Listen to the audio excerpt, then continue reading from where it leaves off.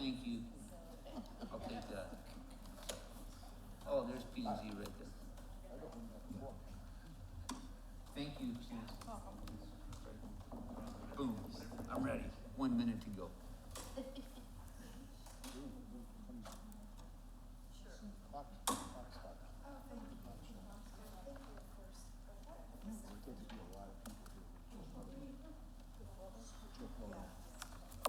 Oh, that's right. Well, it's too early to order. I know. What? I mean, I've never been or to apply. to a podium.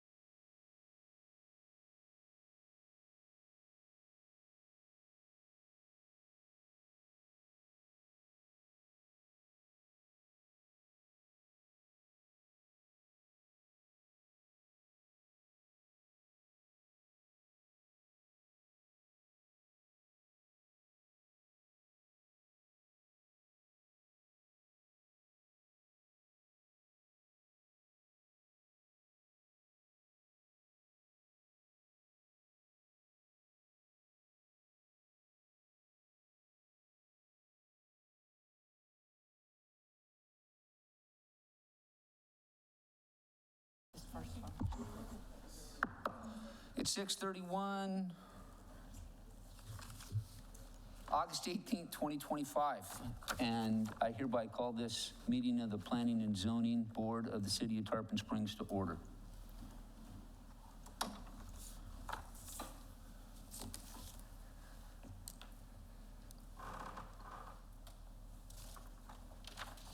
May we have a roll call, please? Mr. Vesey, Here. Mr. Rockaway, Here. Ms. Early. Here. Wenson. Here. Ms. Rinaldi. Here. Mr. Collins, Here. Ms. Wade. Here. Thank you. And now we're going to stand for the Pledge of Allegiance.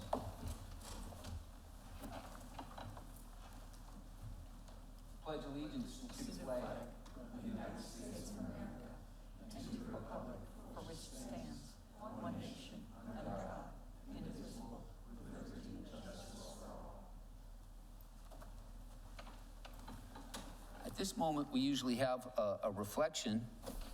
Would anyone like to reflect? Since I'm standing, I'll reflect. I'll keep it. I'm praying for peace right now. Amen. I'm just praying for peace. Thank you. Perfect. Item number 5 is going to be our consent agenda.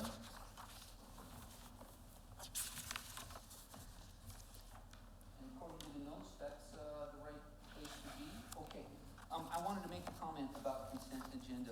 Tonight's consent agenda is just 2 minutes, and minutes, of course, recording of past meetings. We have one that's particularly old, that only 2 members were here, including myself, and the other's a little bit newer. We had a meeting recently where the consent agenda went frankly rather fast. And it was consented maybe without stopping and reflecting on what we were consenting to. Okay. It's my opinion. Thank you. It's, does anybody need me to repeat anything? Okay, consent agenda minutes. I think it's appropriate that if we are going to approve minutes, that every board member has an opportunity and should read those minutes and make sure they're accurate for what was stated in the intent of their conversation. That's why we have minutes. Sometimes we go back to them at a later date. So it can go quick or it can go slow, but I do encourage every board member, when there is a consent agenda for minutes, which is the only consent agenda that we usually do is minutes, that you can say, hey, I want to wait and read those. In a different era, we had paper packages that were available. Now we don't use those, so you would have to read them online or ask for a copy just to make sure that those minutes accurately reflect what you said. Okay, so tonight's first minutes is for March 20th, 2023. And I was apparently not at that meeting, and we only have Mr. Rockline and Miss Early at that meeting. And then therefore, I would say you're welcome to make comments on it or make a motion. Well, I'll make a motion, Mr. Chairman, having read the minutes and having no dispute with the recording and representation of them, make a motion to approve the minutes from the March 20th, 2023 meeting of the Tarpon Springs Planning and Zoning Board. Second. And is everyone in favor of that? Aye? Aye. Aye. Okay, super. Second consent agenda item is for the minutes of July 21st, 2025. Present, Kuzkudos, Fessy, Rockline, Early, Swenson, Weaver, Collins. Did anyone have a reason to make any comments about the accuracy of those minutes? No. Would anyone like to make a motion for approval? I'll make a motion that we approval of the, I don't have the date, but July 21st, 2025. the minutes of July 21st, 2025. And I can second that, Chairman. All in favor? Aye.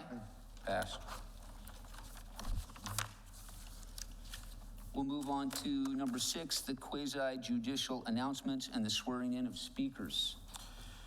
This is a quasi-judicial proceeding where the Planning and Zoning Board acts in a quasi-judicial rather than a legislative capacity. At a quasi-judicial hearing, it is not the board's function to make law, but rather to apply law that has already been established. In a quasi-judicial hearing, the board is required by law to make findings of fact based upon the evidence presented at the hearing and apply those findings of fact to previously established criteria contained in the Code of Ordinances in order to make a legal decision regarding the application before it. The board may only consider evidence at this hearing that the law considers competent, substantial, and relevant to the issues. If the competent, substantial, and relevant evidence at the hearing demonstrates that the applicant has met the criteria established in the Code of Ordinances, and the board is required by law to find in favor of the applicant. By the same token, if the competent, substantial, and relevant evidence at the hearing demonstrates that the applicant has failed to meet the criteria established in the Code of Ordinances, then the board is required by law to find against the applicant. If anybody's going to testify, please stand and raise your right hand. Do you swear or affirm your testimony before the Planning and Zoning Board shall be the truth, so help you? I do. And I just want, Chair, I want to make sure there was no ex parte communication, okay? And no conflict on it for anybody. No. Thank you, Chair. Excellent. So the first item for discussion is Resolution 2025-51. And Ms. Keene, before you start, I wanted to just take a moment, since we do have some new members. I just kind of wanted to review the process that we will be following in a quasi-judicial element tonight.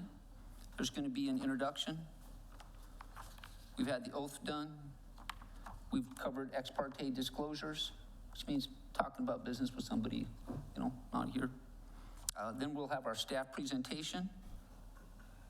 At the end of the staff presentation, I'll open up for questions of staff. If there needed to be clarification, something you didn't understand, wanted to hear more of, it is not the time at that to make opinion. It's just question period for clarification. After the staff presentation, we'll have the applicant's presentation. And then again, we can ask the applicant questions specific to the application. Finally, we'll move to public comment. We'll have an opportunity for rebuttal and close. Both sides get a chance to make comments, and then we do our work. Okay, Ms. Keene, please. Okay, Allie Keene, Principal Planner at the Planning and Zoning Department. Okay, this is a conditional use request under resolution number 2025-51. It's for the property located at 40349 US Highway 19 North. The property is just about 11.3 acres in size, has a future land use designation of RNS, Retail and Services, and a current zoning designation of HB Highway Business. The applicants are here today requesting conditional use approval to allow a school of general education. They are proposing to offer education for grades kindergarten through 8th. They are looking to have approximately 40 students initially, with 5 staff members, which includes a headmaster, administrative assistant, and teachers. And they are proposing a schedule of Monday through Friday, 8 a.m. to 3:30 p.m. This is a look at the surrounding zoning. The property is outlined in yellow here on the screen. All of the properties fronting US 19 in this area are in the HB Highway Business District, with the exception of a few properties to the south are in the Land Conservation District. To the west of the US 19 is the RM Residential Multifamily and MHP Mobile Home Park zoning districts. And then further to the north is some of the R70A, which is a single family residential zoning. The applicants are proposing the school to be located on the second floor of an existing building on the site. It's specifically in this building here, outlined in red. The school will share space with an existing church on site, which is operated by the applicant. The entire space is approximately 7,000 square feet. It includes a 3,000 square foot chapel area, 5 classrooms, an office, restrooms, including an accessible restroom, a large kitchen, and an assembly area. This application was reviewed by our fire marshal with the applicant as well, and they did verify compliance with the applicable fire code requirements. And the applicant also provided some additional safety and security measures in their narrative that was included in their application materials, and I'm sure they can provide additional information about that if you have questions during their presentation. When talking about circulation on site, the applicant indicated that they are not going to provide any sort of private transportation or bus services with the school. All students will be required to be dropped off and picked up by their parents, and they will be received and released at the end of the day at a designated location, which is at the entrance of the school here. The drop-off pickup line will enter at the north driveway here and circulate through the site behind these existing buildings that have just been recently completed, and then we'll circulate around the site and exit the property at the southern entrance. This circulation plan helps to prevent any sort of backup onto US 19, and it's also being reiterated that no students are going to be allowed to be dropped off at the street. They have to be dropped off at this pickup station. It is supervised by a teacher or a staff member of the school. When looking at your conditional use criteria, they're not required to make any sort of modifications to the existing site. As with any project, anything in the future would be required to comply with any sort of local or state requirements. When looking at the compatibility with the surrounding and existing and planned uses in the area, again, this is in the HB Highway Business Zoning District. As some of you may recall, a few months ago, the Board of Commissioners approved a Land Development Code amendment to allow a school of general education in the Highway Business Zoning District, and that's what it's enabling the applicant to go through this process, and it's through conditional use approval. When we talked about adding that to the Highway Business Zoning District, we talked about how schooling options have changed over the years. And with that, also the desired locations have also evolved, where they're looking to be more on primary transportation routes. It allows them to appeal to not only local students, but also nearby communities. Some of these different school options are also tend to be smaller in scale. They don't have traditional bus services, and it's not as necessary to be within residential neighborhoods. So there's some differences than what we've had in the past. Another consideration is in the comprehensive plan, the US 19 corridor has been identified as an area of transitional. And these areas are where we're seeing transition already occurring and also expected to occur, and where we're thinking special planning efforts may be necessary in the future. So there really is a possibility that this corridor may experience some transition and change, and there may be more of a mixed-use development pattern in the future. So this use is consistent with that change. So the comprehensive plan is consistent with that in the RNS, retail and services future land use category, which does allow for public and semi-public uses of limited size. This property is not within our historic district. It's not an environmentally sensitive site. As far as adjoining property values, it is occupying an existing building on a developed property that has a mixture of uses. The circulation plan is designed to not significantly impact the existing businesses, as well as impact US 19 and backup circulation. The school is planning to operate at normal business hours and days. It's very limited in size, so we're not expecting property values to be adversely impacted. There are adequate public facilities to serve the project. It does provide or represent efficient and orderly development. And then lastly, with respect to public health and safety, all applicable requirements of the Florida Department of Education, as well as the Florida Building Code, will have to be met. In addition, the applicant will have to obtain a local business tax from the city. Again, the fire marshal has reviewed this application for compliance with the fire codes, and they will be further reviewed any sort of building permit they'll have to do for modifications interior to the building, as well as when we do the local business tax.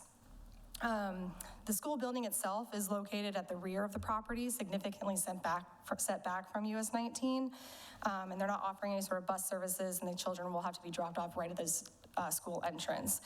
So we do feel that there will not be adversely impact to the general health, safety, and welfare. With that, staff does recommend approval with the following condition, that the local business tax receipt is obtained within 12 months. We did properly notice the application, and we have not received any sort of written correspondence. And with that, I'm happy to answer questions. So, questions for staff, starting with Matt. No, that was a good presentation. I have no questions. Thank you.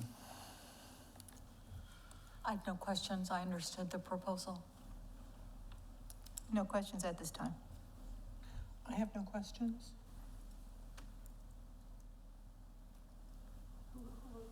I'm not sure. Ladies first, I'll defer. Well played. No questions. I do have a question, Chairman, and thank you, Ali, for the presentation. We saw a little preview of it before when they came to have consideration for the conditional use. The question I had was about the circulation pattern, and does FDOT need to approve any sort of conditions or awareness for this new use there? It just seems, and I'm probably wrong, but just from a safety standpoint, that vehicles exiting will enter to merge with possible vehicles that are slowing down to enter. And being that this is pick up and drop off is probably all going to take place around the same time in the morning and the afternoon, is there any sort of standard in the uniform regulations and such that it be arranged this way? And it certainly makes more sense in the big picture as far as the location of the school, but just as far as going in and out, it just strikes me as unorthodox, and it may not have any impact on safety and traffic flow, but being that 19 is a high volume road at the time, beginning of the day and end of the day, it just warranted consideration, that's all. Yeah, so FDOT wouldn't necessarily need to, for this particular application, review it for necessarily circulation, just because they're utilizing existing drive access points. Based off the limited size of the school with 40 students, it's kind of minimal impact to traffic on the site. But I'm sure that the school can consider potential modifications to the circulation plan if necessary. But I don't believe FDOT would have to approve anything for this use. Yeah, and I'm not certain about the necessity to alter it. It was just a point where it seemed to be the back door was presented before the front door, that's all. Thank you. Thank you. Any follow-up questions? I do have one. I'm going to follow up on his. Having been a drop-off mom and grandma, you do see if it's 8 a.m., I don't know what time frames they allow them to drop off and pick up. But if you're dropping off, I've been in line, right? And there could be 40 cars going out there right away because it's like, bye, bye, bye, and they're in a line. So it's, even though there is this great, flow path, I do worry that, I actually don't worry as much about the entrance as I do the exit. Forgive me, is there a question for staff? Yes, so I believe we do need FDOT to review it. Is that my question? That would be a comment. That's more of a statement. I know that's why I didn't say anything. I am concerned with the exit, so Okay. turn that into a Any question other for me. questions I was for never good staff? at I've got a quick question. If they're exiting that property, there's no barrier on 19 for them to make a left turn out of there, correct? Correct. Right. It's a right turn only. I mean, they It would would have, be a right turn only? yes. It- Yeah, because this lane here, oh, I'm sorry, let me go back. This lane here that you're seeing is a left turn this direction. It's only a right turn in and out of this property. So there would be an appropriate sign basically at the exit that says right turn? Right, there's no avenue to turn left out of there. Mhm. Okay, that's it.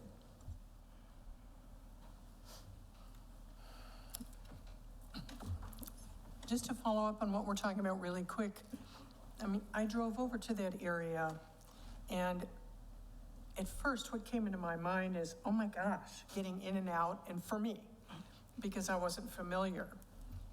But then I thought, and I don't know if this was the case with your thinking, Ally, as well, they go to that church, they know where the church is, they know where to turn. I didn't. So I, at first, was very concerned, but do you have any more concern about that? As far as just locating the property? Getting to it, Yeah. yes. I mean, not necessarily, just because if their child is going to go to the school, they're going to have to know where it's located. And there is, for the, I always forget, Tarpon Lake Professional Center, whatever this whole development is named, there is a fairly large sign for this development, so it's a good indicator for the property. So I think for new students and new parents, that can be a good identifier. It's just 19's scary for everybody, I guess, for me anyway. Any other questions for staff? Okay then, does the applicant want to make a presentation?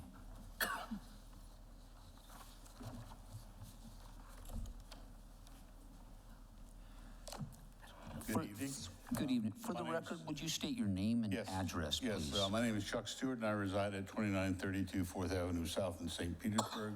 But our facility is the Gathering with Jesus is 40349 US 19 North, Suite 402. And just a couple, Ally's done an awesome job throughout the process where we've been seeking to get approval for a school of education, and I want to thank her for that. To address one other issue regarding identification of the property, there's a big pylon sign out there, and our logo is going to go on that pylon sign next week. And then we normally have temporary flags, like on Sunday mornings where we put out, and they're 15-foot flags with our name, so they'll hopefully be able to find it. We look forward to it. I don't really have any other presentation. I think, again, Ally's done an awesome job presenting what we would present, but if you have any other questions that I could address, I'll be happy to. Any questions for the applicant, starting at the left? Good evening. My only question is, there will not be like outside activities for the students? Like no recess, no outdoor activities? Is that I correct? believe the Board of Education is going to require us to do a playground, and that playground will be just to, as you look at that slide, just to the right of the building in a fenced area that now contains parked vehicles. And we have an intent of fencing off an area just so the kids can have a place to get some refreshment and have some swings and that type of thing. But it'll be supervised by teachers and as they go out, yes. Roger, thank you. Any more questions from the west side? No? Any questions from the east side? Yes, thank you, Chairman, and thank you, sir, for coming again and proposing this. I'll pose the same question to you that I did to Ms. Keene. You know, there's generally a federal and a state manual for uniform traffic control devices, and that dictates kind of the general principles of what's where for a reason, and usually that's engineering and public safety concerns. So again, with the entrance and the exit, it's the fact that bothers me is that it's a northbound flow of traffic there, and having that entrance and exit transposed like that, it's just, I don't know, like I said, it's not so much a concern for me, but it just makes me think, and I've had a public safety career for 40 years as a municipal official, and I've done a lot with churches and schools as far as traffic and pickup and drop off and such. And that all seems like it can be managed. But I was just wondering if you had an engineer or anybody review the site plan for the viability and safety of that. And my other question was, do you propose any parking for the teachers and staff that are going to be present besides the folks coming for pickup and drop off? First issue is the parking for teachers. The parking lot is directly to the right of the school building. Okay. There's a probably 75 by 100 foot parking area right there where we park on Sundays, and the teachers will have access to park there. We have not had anybody from DOT evaluate the traffic flow or anything like that, but there are, even though we do show one vertical line there going to the school, there is also access behind the building for additional cars to come down. But as everyone knows, when people go to school, there's traffic flow. But to answer your question, no, we have not had DOT take a look at it. Okay, just to dot I's and cross T's, it might be something that you want to consider and consult with, just to, you know, do your due diligence and such. My other question, you answered about the parking. You're proposing a playground area. Well, if parking and playground are going to be kind of in the same area, do you plan on fencing that playground? And Yeah, the playground will be fenced. Yes. Okay, thank you so much. Sure. Any follow-up questions for the applicant? This is going to sound silly, but did anybody talk to anybody about really making sure that everybody flows okay? Like painting arrows on the street, would you be able to, not the street, but the frontage and around the park, would you think they would let you do that?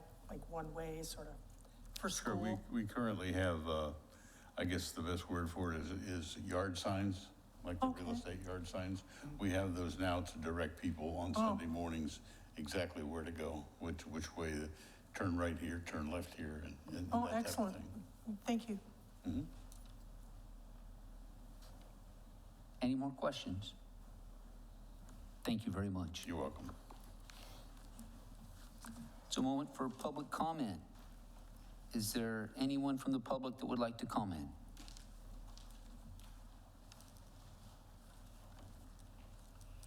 Hello, my name is Elaine Kay.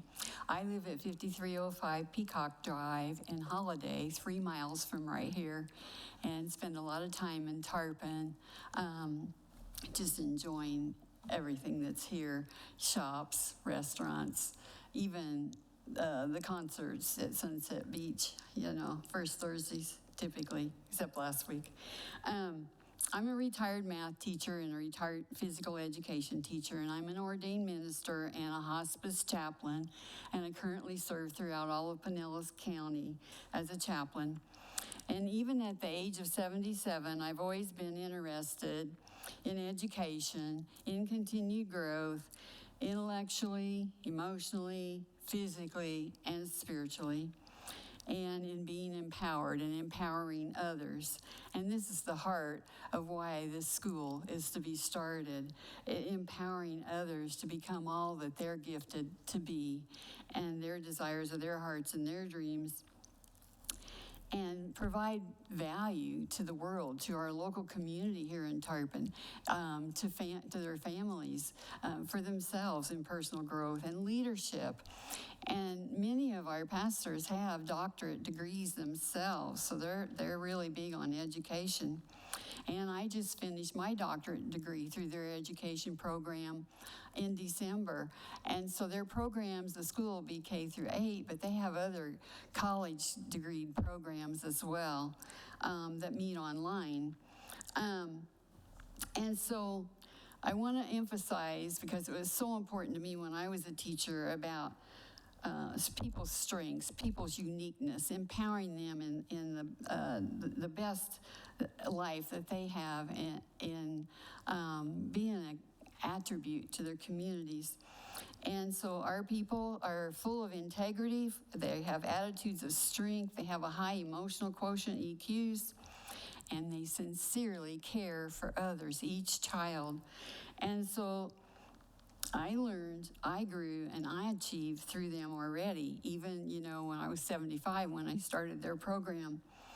And when I'm reminded that when I completed my internship and my residency, which I had to do to become a licensed clinical chaplain, during those times, one of the CEU courses that I took was validation therapy, validating the personhood and encouraging them in all to be that they could be.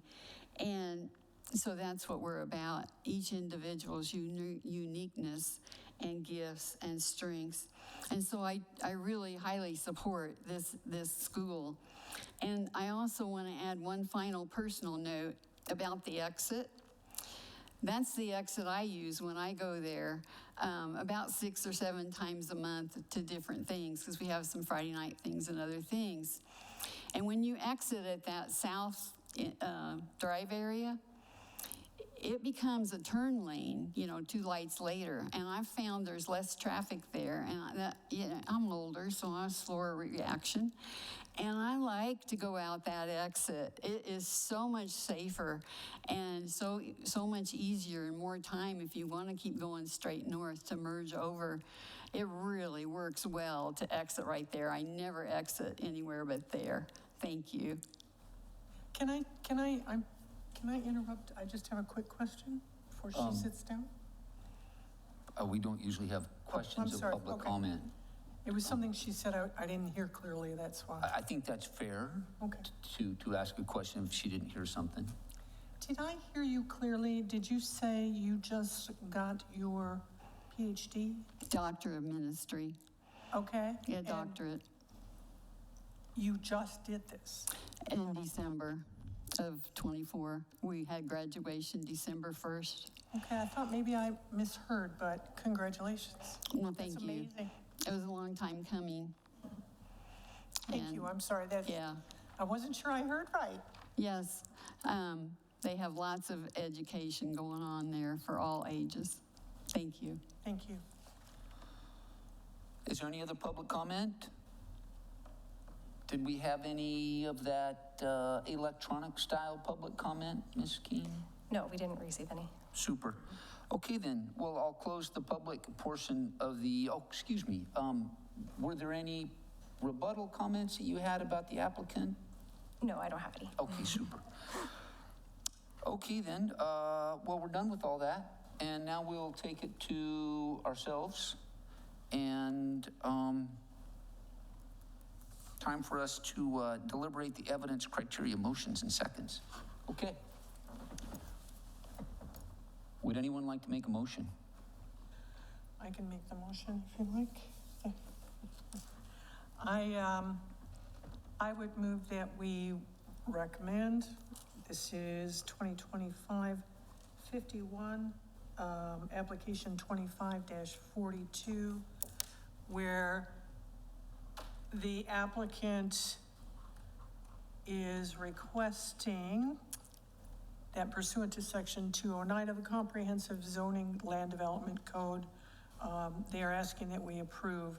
And so I would motion that we do approve of,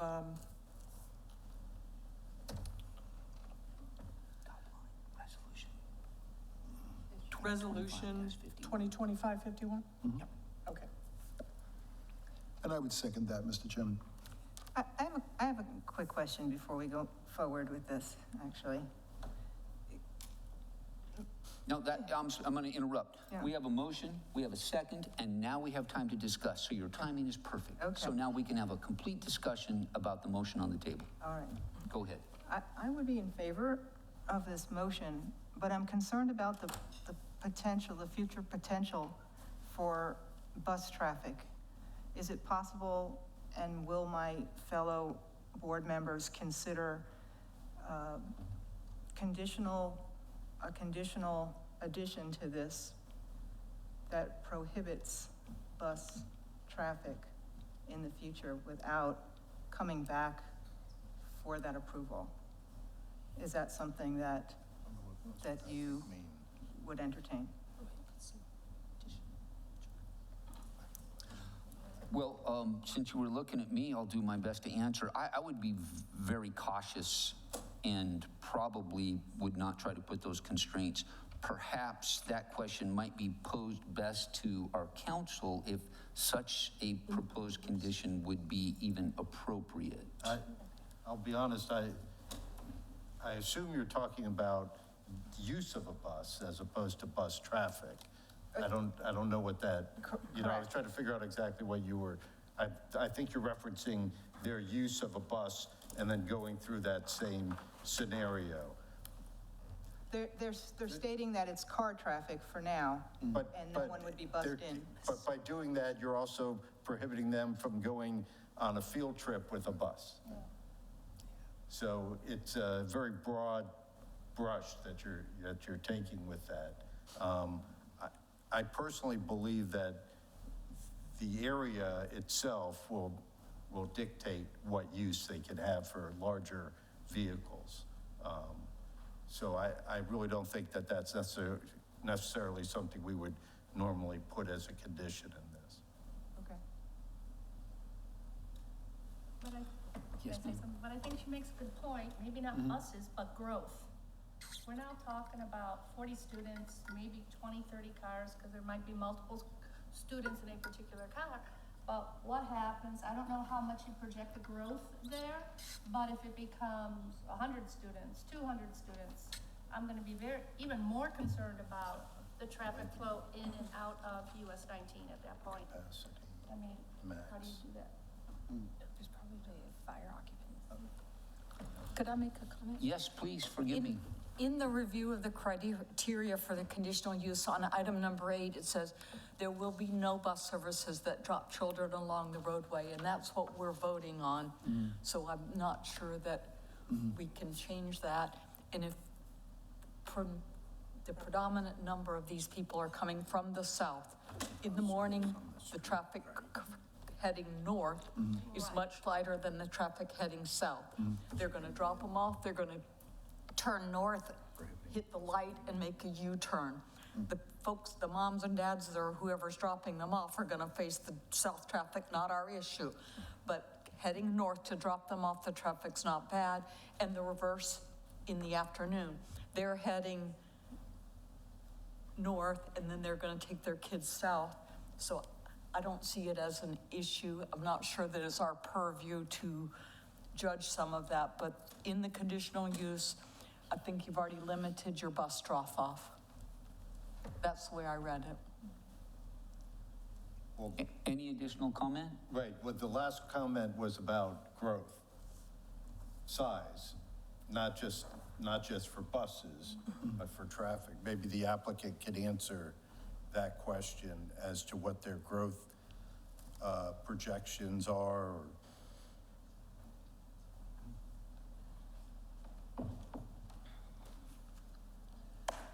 I would imagine that our projections right now to start out is up to maybe 20 students, and I think that we would probably max out 45 to 50, at the very maximum, because we wouldn't have the space for them. So the space dictates that. Yeah, that was going to be my question, is what's the ultimate capacity of the building? You know, what would be the occupancy level, considering the room size and egress and hallways and things 50 like that? will be probably about the max, on 50 probably. Thank you. Any additional comment in regards to the motion? Can we have a roll call, please? Ms. Wade? Yes. Mr. Collins? Yes. Ms. Weaver? Yes. Ms. Swenson?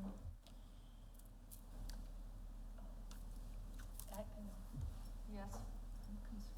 Ms. Early? Yes. Mr. Rockline? Yes. Mr. Vesey? Yes. Super. We'll move on to application, I don't have the number, so resolution 2025-52. Conditional use and site plan approval to allow formula-based restaurant use in the special area plan, also known as Mayor's Crossing. Does staff have a presentation? I do. Okay. Let's see. Okay, this is again conditional use approval and site plan approval under resolution number 2025-52. Property is located at 1175 South Pinellas Avenue. The property is just over an acre in size. The future land use designation is PRD, which is Planned Redevelopment District.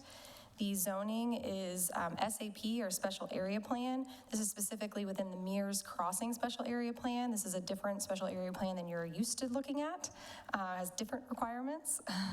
And the applicants are here requesting conditional use approval to allow a formula-based restaurant use, or a Chipotle, to be located at this property. The project includes the construction of a 2,385 square foot building, parking, pedestrian walkways and crosswalks, 2 outdoor dining areas, a mobile pickup lane, bicycle parking, and landscaping. Looking at the surrounding area and zoning, again, the property is outlined in yellow here on the screen. The Mears Crossing Special Area Plan is just south of the downtown and Sponge Docks Special Area Plan, which is north of Mears. The boundary of this special area plan is outlined in white here on the screen. Some of the other developments within this boundary are the Winn-Dixie Shopping Center and the former Icaria Apartments. I think it's 10X Tarpon Springs now. And then there's also the bank, I think it's First Financial Bank, is at the corner of Mears and South Pinellas Avenue. Surrounding zoning along Alt 19 is a mix of neighborhood business and residential office. And then further to the west is residential multifamily. And then to the east, on the other side of the Pinellas Trail, is agriculture zoning, but that's the former landfill site. This is just a look at the current conditions of the property. I'm sure you're all somewhat familiar with it. There's nothing there except for some existing drainage and stormwater infrastructure along the Alt 19 frontage. And then behind the property is the apartments, and then Winn-Dixie is off to the north of the property. The Mears Crossing Special Area Plan was originally established in 2008. This special area plan was originally intended to support horizontal mixed-use development with commercial, multifamily residential, and medical office. Right now it's developed primarily with commercial and multifamily residential. And within that special area plan, it included a zoning plan, and this is what you're seeing here on the screen. The requirements of the zoning plan are fairly limited. It just identifies your, generally your permitted uses, and then also your maximum square footages and FAR for each individual parcel or development site. And then in some parcels and areas, it designated a build-to line, which are these dashed lines here. On the zoning plan, it does show a build-to line on the subject property, which is this red dashed here, at the southwest corner of the site, which is Alt 19, and then the entry drive, I think it's called Tiki Drive. And when we were doing preliminary discussions with the applicant and the potential options for this site, it was staff's opinion that some of the existing drainage infrastructure and there's a drainage easement along the Alt 19 frontage, as well as the grading of the site, really impacts the overall original design for this development. And we felt that and recommended that they address the southeast corner, which is along the roundabout, and more the internal streets of the development, and address that frontage in lieu of the original build-to line. So that's how they designed their site, and why you do not see the build-to line here. This is a look at the proposed site plan. Again, it is comprised of a 2,400 approximately restaurant building. There is a parking lot with 27 parking spaces on site.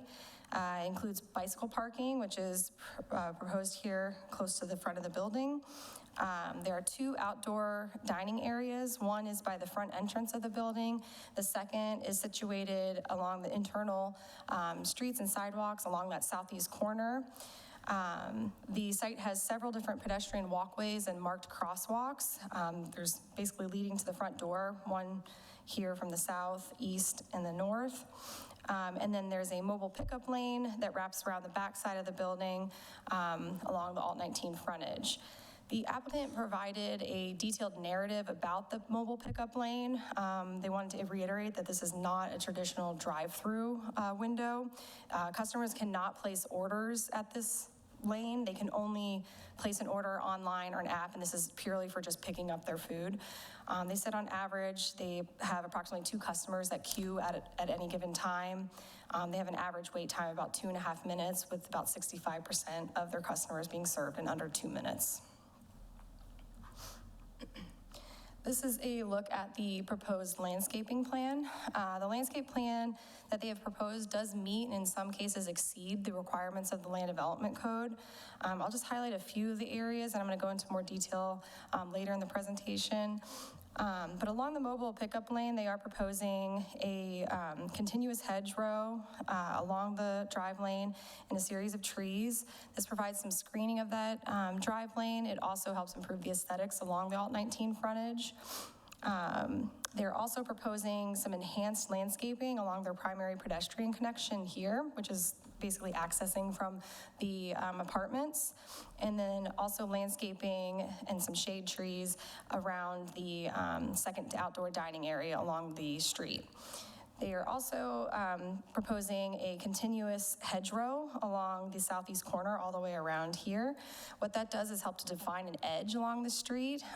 Some of you may recall in our other special area plan, this is a common treatment that we use for individuals that are developing properties in lieu of them placing their building right at the street line. Sometimes they'll do a hedgerow or a fence or wall in lieu of that. And then they also have all of the required screening, parking lot, interior landscaping, and buffering requirements. The Land Development Code has a definition for formula-based uses. I won't read the definition. I think we all know what they are. They're basically chain retail establishments and restaurants. Specifically in our code, we state that it has to be an establishment that has 15 other establishments elsewhere in the United States. And they have to maintain 2 or more of these items listed here, which is basically the same merchandise, facade, decor, signage, and then for a restaurant, basically a prescribed menu. This section of the code also requires conditional use approval of any new formula-based use that's located outside of a specified boundary. And this is the boundary here on from the code. And that's essentially anything that's not really along US 19. We have a conditional use approval process for formula-based uses. So for the formula-based uses that require conditional use approval, we also have a set of additional criteria for you to consider in addition to our regular conditional use criteria. And this is really primarily to help determine whether or not this type of use is appropriate for the area that it's proposed, and it gives you some more flexibility on the overall aesthetics and design of the development. So the first criteria really is focused on that compatibility factor, and all of these items here listed are really geared towards the overall aesthetics and the form and massing of the building, the site layout, how you can make it more pedestrian friendly for the area, and really how you can make this typical business that you could, pick up and plop anywhere in the United States and make it maybe a little more unique to the area. The second review criteria is for formula-based uses that are located in a planned development that exceeds 40 acres. That one's not applicable to this project because Mears Crossing is only about 17 acres, so we'll only be focusing on the first one. So when we were reviewing this application, we did identify several site features that did meet the overall intent of several of the items identified in the formula-based review criteria. First of which is the building orientation.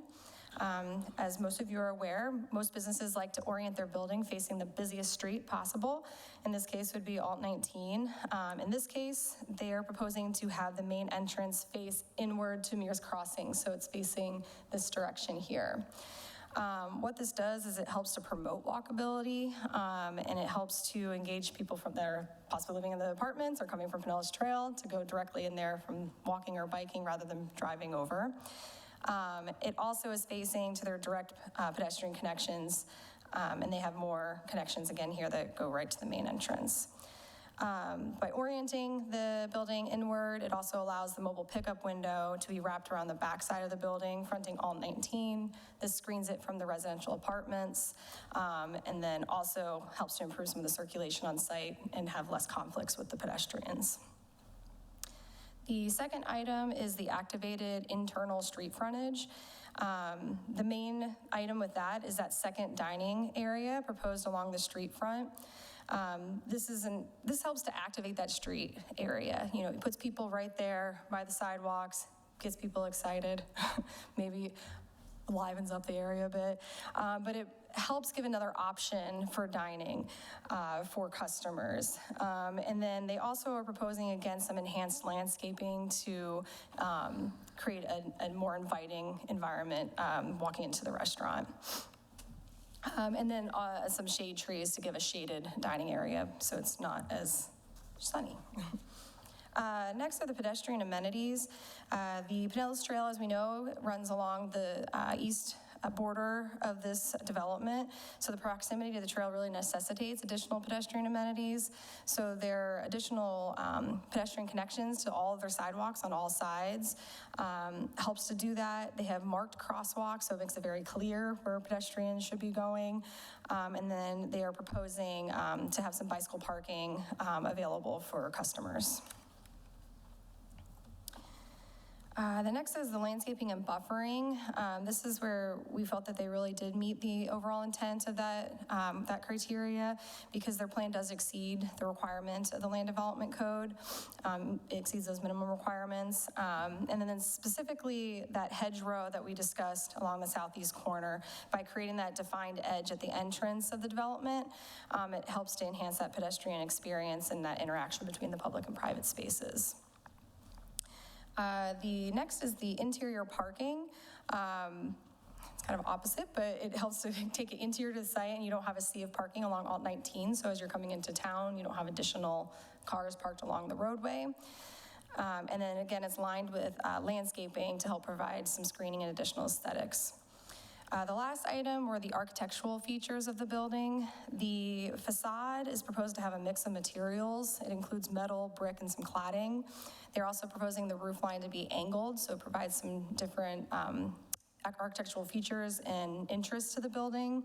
It's more of a modern design. That aesthetic is complementary to the existing structures within Mears development. And then the primary frontage, or the front of the building, includes large transparent windows and canopies over the doors. And those large windows really, again, promote walkability and make a more inviting entrance. These are the elevations. The two bottom ones are that main entrance, so you can see those large windows, but probably the better view are the renderings of the building. So this, again, is that primary frontage where you can see the large windows, the angled roof, the mix of materials, and then this here is the mobile pickup lane, which is a brick wall across there. It's a little dark on that screen.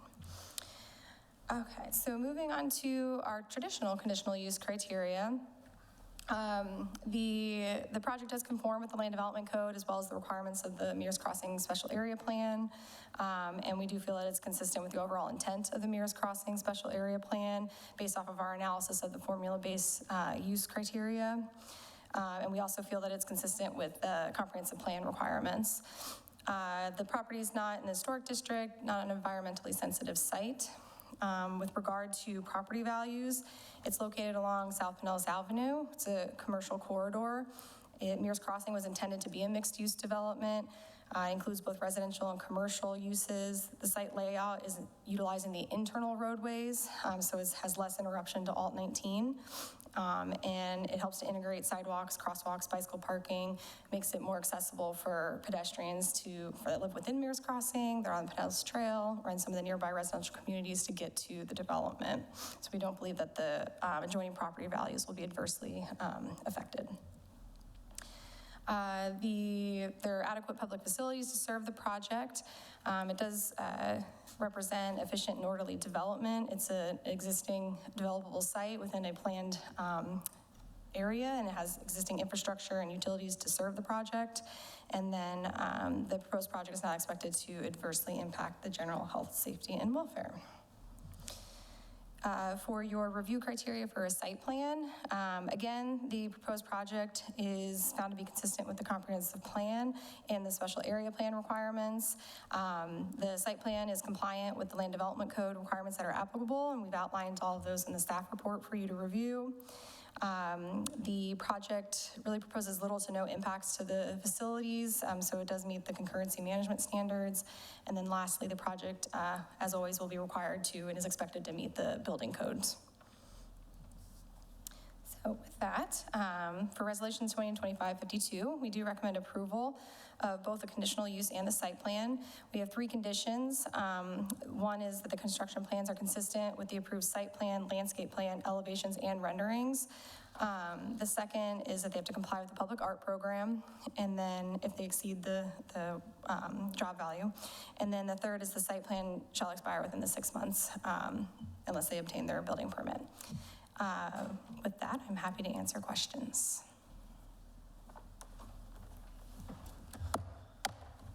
That was a fine presentation, Ms. Keene. I think we'll switch things up and we'll start over to the right. Questions for staff? Go back one, because I had. This one? Well, no, I had a question on what is the art? Oh, the public art? What does that? Sure. So this is a requirement. This is a Land Development Code requirement. We typically put it as a condition just to reiterate it to the applicant, and they fill out a form with it as well for this application. But basically, if the aggregate job value exceeds or is equal to or exceeds $1 million, they have to basically comply with our public art program. So they have to essentially give a certain percentage to either do a public art project or pay into the fund. There's options laid out in the code. So that's all determined at the building permit phase. So that does not necessarily mean that that art project has to be at that location? Right. Yeah, they have an option to choose. And if they want to do it at that location, then there's parameters of how they go about doing it there. They have to work with the public art committee to do so. I'd love that for the commercial corridor. I bet. No questions or comments, just thanks again for the presentation. The staff did a great job. Thank you. I would say the same thing. I've got just a few questions. So I'm happy to see this kind of development here. So reviewing the drawing, there's some isolation mains out front I haven't seen reflected in the plan. They probably belong to the apartment buildings that are there. Are you familiar with what I'm talking about? Is it the isolated mains, like utility? The isolation mains that are out in front? Like on the Alt 19 side or in the internal drive? Yeah, I just want to make sure you have a plan for those because I'm not sure if they belong to the city. They're probably for the apartment buildings behind, and I didn't see them reflected. I'd have to look at the utility plan sheet in the overall plan set, which is in here, but to see exactly what you're talking about. It could be either utilities for the overall Mears Crossing development, or it could be a city line but that's typically would be in the right-of-way. Just so you're aware that Yes. I'm not seeing them reflected in the plans, and they do exist on the property. On the photometric drawing, I think the east side of the property, I should say the alternate 19 side of the property, doesn't appear to be impacted by the light. However, I don't see any shielding on the backside, and they may want to reconsider shielding some of that light, considering those are residential apartment buildings behind. They don't have to alter the lights other than put some kind of shielding in that direction on the actual fixture themselves. That may end up causing a problem in the future to the residences if that building is glowing a little bit at night. And then there's something else. I have a question for you. Maybe you can enlighten me. I often see seating areas that are adjacent to parking, and especially in this particular plan, people are basically pulling vehicles in, and they're facing direct customer seating areas, outside seating areas. And is there a requirement for some kind of bollard, some kind of something more substantial than just a metal fencing around those areas? So there are requirements in the code as far as the parking spaces for landscaping and pedestrian walkways. So where and that would be like a wheel stop, for example. Those are required along these front spaces. Let me see, this might be a little easier to see on this one. Nope, not really. So wheel stops are required along this walkway because of how close they are to the walkway. So that prevents your car from overhanging the walkway so you can easily walk through. We also have that requirement for landscape areas that are required as well. But depending on the depth of the landscape area, you can just have a curb for that situation. We don't necessarily have in our code a requirement for seating areas. But that's the requirement we have in regards to parking and or walkways and landscape areas. As someone who has owned commercial property and had someone jump those tire stops, actually used it as a launching pad, and ended up 15 feet beyond where they thought they were going to be, I would always caution anyone approving seating areas that are directly in front of parking. Something you might want to consider if it comes up. That's the only questions I have.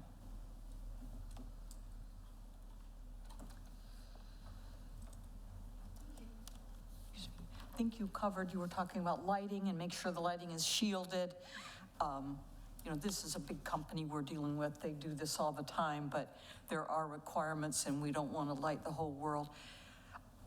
And in regard to the outdoor seating, again, we're trusting that this is a huge company, that they know how to build seating that's going to last and not fall apart.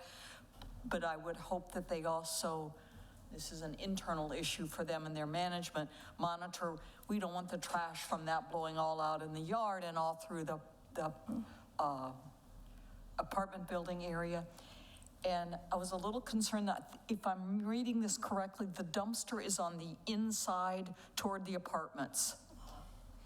It's angled, so this is the It's on dumpster the- location. It's angled, but it has a full enclosure. On the northeast corner. Yes. Dumpsters are really loud, and especially when they get dumped, and we are right by people's bedrooms. So that might need to be examined a little bit. Otherwise, It's not the comment time, but I'm going to pop in. That's directly across from the existing dumpster from the apartment complex. Okay. They're going to be staring right at each other. okay, thank you. I needed that clarification. Appreciate that. That was it. My question is, the site plan shall expire 6 months from effective date. That date is effective upon Board of Commissioners approval? Yes, and that's the requirement in our Does that code. include the building of the entirety, or is that just the start date? I'm sorry, say that again? If the Board of Commissioners approved it, is this 6 months for end of like move-in ready? Is that what that No. is? No, they have to basically obtain a building permit either for site work or vertical construction within 6 months of that effective date, which Awesome, is thank the you. approval. He can't place his order yet. Yes. Yeah.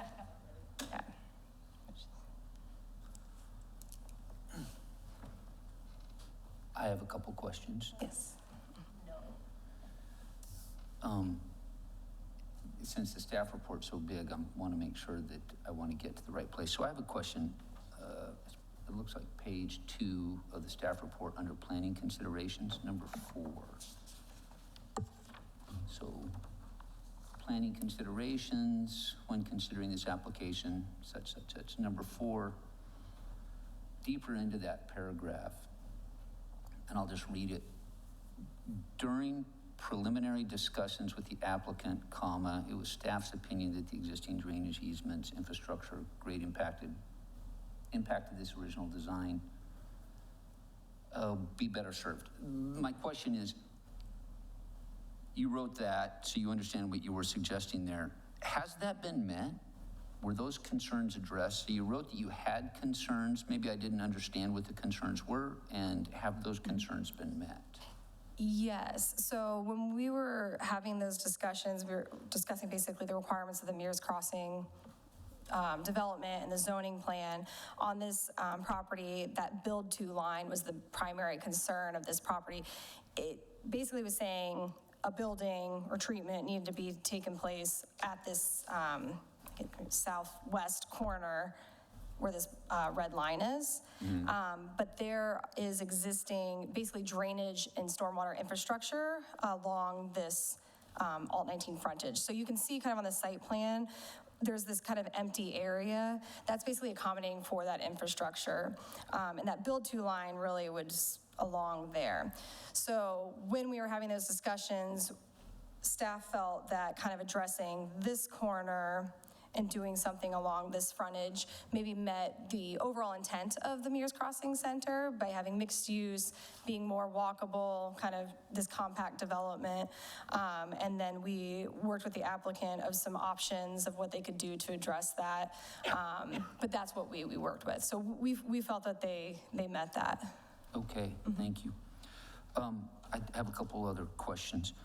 So that I understand clearly, the conditional use was triggered not by a formula-based restaurant within the Marist special area plan, but by the fact that the formula-based restaurant was outside of the 19 corridor. Yes. Okay, so then that means that within the Marist Crossing special area plan, a restaurant was always an approved use and part of that special area plan.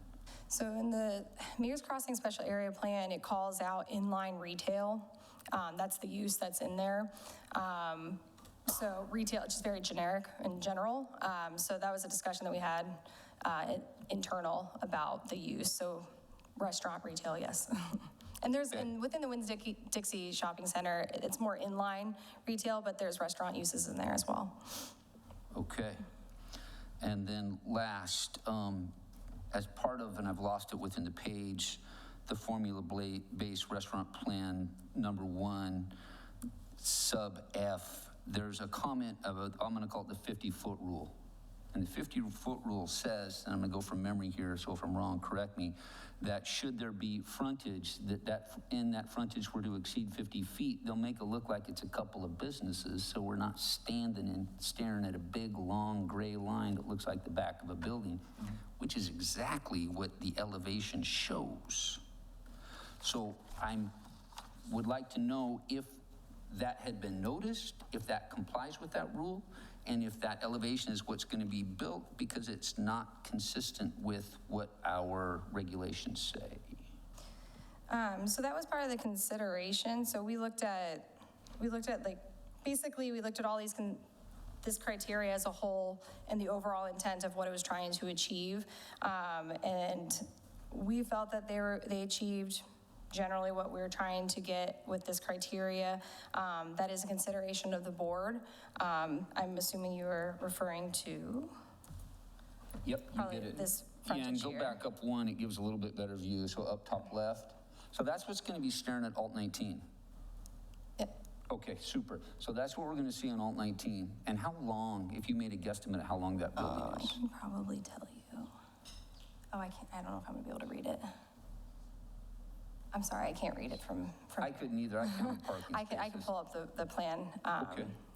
So since I'm kind of drilling into that, could you also go to that section on formula-based 1.f and just read that rule out loud so that we know if we're approving such a thing and we come back to this? There it is, F, storefronts greater than 50 feet, period, in width shall be detailed to appear as multiple storefronts. That does not look like a multiple storefront to me. No. I mean, I think that probably a better way to achieve it, I think making it look like multiple storefronts would probably, I think a better way to achieve the intent of that is maybe a different treatment to the wall to break up the monotony of the brick. I think that's a better avenue as opposed to making it look like fake storefronts. Agreed. So I think that would probably be a better avenue to take. Okay, And that would achieve, again, it's about the overall intent. Oh, hi. please, long time no see. Hello, everybody. Renee Vincent, Planning and Zoning Director. So when that was written, it was really meant to apply to large retail-type buildings that are exactly that, you know, just one ginormous, like, retail building. So we were trying to meet the intent of getting multiple facades, you know, the appearance of it. Also think about, when you're thinking about how we apply it, think about it's the frontage, meaning the intent was the front of the building, which we've oriented to the inside circle. So that frontage is what we were more concerned about as opposed to the back frontage. So that was the way that we kind of interpreted that on this go around. So open to suggestion, obviously. I appreciate you coming up to speak to that, and I agree, but I just I asked those questions to make the point is, first, it's rotated against the way the rules were written, and I know we change and flex, but that's how it was written, so not only is it rotated a full 180 degrees, then we add to it by showing the back that it is what it is. It's probably going to be real pretty, but it misses that again. So now we've got a miss, I'll call it a fail, then we've got a second fail. And I just wanted to bring it up and say, I think that it could perhaps be rethought and redone, because what we see on a picture now looks pleasant enough, but as we're all sitting there in traffic, we might think we missed that. Okay, thank you. That's all my questions.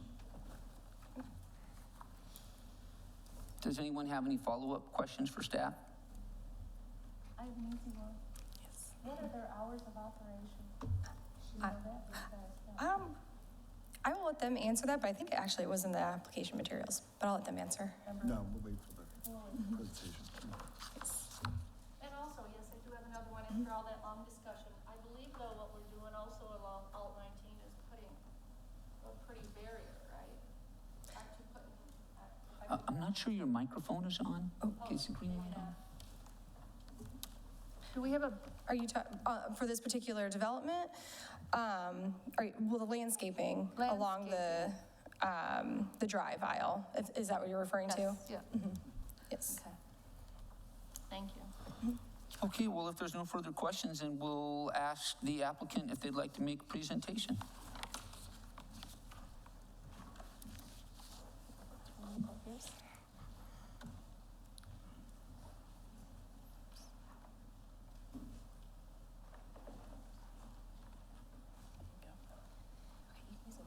Or you can use the.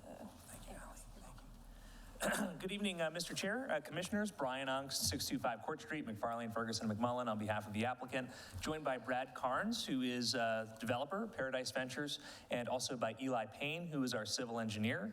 This is a very exciting project in our mind. This is the Chipotle Lane. It's the new product rolling out nationwide by Chipotle. This will be the third, if it's approved, Chipotle Lane in Pinellas County. First one was opened in St. Petersburg in February, and one was opened 2 weeks ago in Dunedin on 580 by Main Street. So we're very excited to bring this to the Mears Crossing special area plan, which would serve the apartments, that commercial corridor, Pinellas Trail, and also Florida Hospital North Pinellas is right nearby as well. And we think people would love to walk back and forth from there, whether they're employed there or visiting there for whatever reason. So you're very familiar with the site, and I am going to answer as many of your questions as I can. You're very familiar with the site. The site is currently vacant. It should be noted that our client worked very, very, very closely with staff, and as you know, Ms. Keene gave you a phenomenal presentation, and I will not be able to beat her in her presentation, but hopefully to add to it a little bit. But we did meticulously design the site plan and the landscape plan to the staff's preference, which is exactly what we wanted to do, because we wanted to make sure that we were meeting the intent of the Mears Special Area Plan and the Land Development Code in their opinion, because they're your experts and they're who you rely upon. And so we wanted to make sure that we did that. So as you've noted, the only reason we're here, we're not asking for any variances or any waivers or anything like that. This is because any chain restaurant outside of the US 19 area essentially must come to you for a special conditional use. And that's because we don't want chain restaurants showing up in the historic sponge docks or in places that would be potentially inappropriate. Whereas obviously we feel like this area is very appropriate for this exact use, and also for a innovative new cutting edge use such as the Chipotle Lane concept. So to try to answer some of the questions, I'll try to go in reverse order. Hours of operation are 10:45 a.m. to 9 p.m. All lighting is interior to the site, and Mr. Carnes might be able to describe that a little better, but they're propriety Chipotle required lighting to make sure that you don't cast anything more than a shadow off-site, so there won't be any illumination off-site. The dumpster is located, as you can see here, in the northeast. It's fully enclosed. It's approximately 200 feet from the closest area of the apartment, and that area is also their dumpster, which is also enclosed. So the dumpsters are kind of I think strategically located to avoid as much interference as possible. And of course, the sanitation will be picked up during normal daytime hours. It's not like there's going to be sanitation trucks out there at night or anything along those lines. To address the chair's points, again, the building was oriented the way it was, interior to Mears at staff's request. We do have the exceptional landscape plan, which we worked really closely with city staff on, and the arborist on, and you have that hedgerow along Alt 19, which is screening. So it is, all the parking and drive aisles have to be screened per code.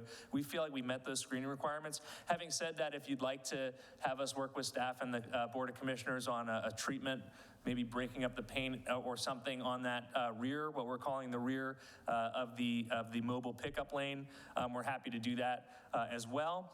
I'll let Mr. Payne, if it's necessary, ma'am, address the mains that are there, and also the issue regarding, let's see, what was the other question? I think that was basically it. These are the stats on how the mobile pickup works. Essentially, your average wait is 2 minutes and 33 seconds. There's 2 cars and 25 cars in a peak hour, which, as you can tell, is very efficient. And obviously, the name of the game in this business is efficiency, and that's what they're shooting for. So if you have any additional questions, we're happy to answer those. appreciate your hopeful recommendation of approval. Thank you. Do you guys want to add anything, or you good? Let's see what questions. Okay. Questions for the applicant, starting at our left? No questions, thank you. I think you already tried to address the questions that I had posed. Thank you. Could you elaborate on the fencing that is protecting the outdoor seating area? So the pedestrian seating area, yeah, let me try to go back here to the, no, I don't know how to go back. There we go, okay. I'm not sure if we have a better picture than that, maybe on the staff presentation. This will work. Hey, good evening, everybody. Brad Carnes with Paradise Development, 140 Caroline Parkway, St. Petersburg, Florida.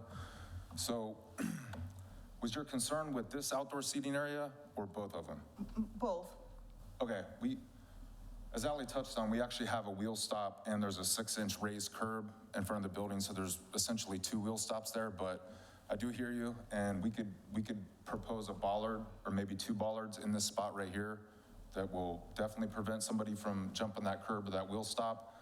And then this row of parking down here, we can do the same thing. We can put a few bollards, and that should address the issue. I think it would be really prudent, and I appreciate you addressing that. I agree. Thank you.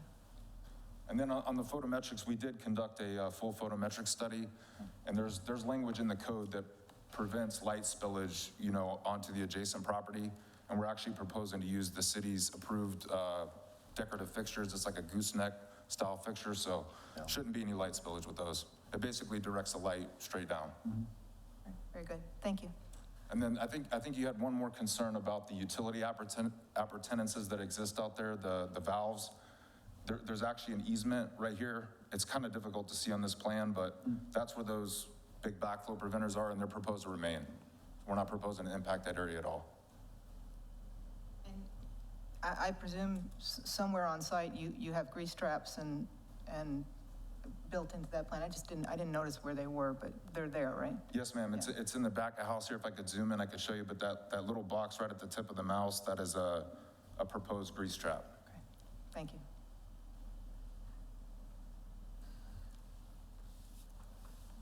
Ms. Early? Back up. I'm sorry, did you address where deliveries come in? Deliveries, I believe, are we able to show a site plan on here? Because we have truck routes. Staff presentation. Yeah, that'd be great. To answer your question, we ran an auto turn template for both the city's fire truck apparatus and a delivery truck, and it can adequately ingress and egress the site.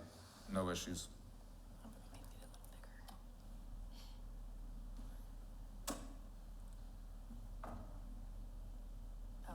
I don't know if that's any bigger. Let's see. What page of your plan set is it, Eli?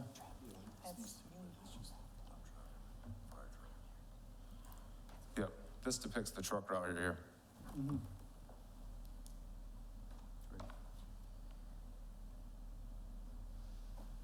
Yes, it does. So can you see that? So what he's showing right there is a truck route. So they used a special formula to show that delivery truck looping around the property. Yes, ma'am. So the truck right now would make a right turn off Alt 19 into the development here, circle around the roundabout, into the site at the northeast access point, and it's able to easily circulate around the building and then exit this driveway here back onto Alt 19. See if I can zoom in. And that's, of course, have been reviewed by city traffic engineering, and, the city's experts at the fire department reviewed this for their fire trucks. Sanitation reviewed it to make sure their sanitation trucks can get in there. All of them have agreed that it's designed appropriately for them.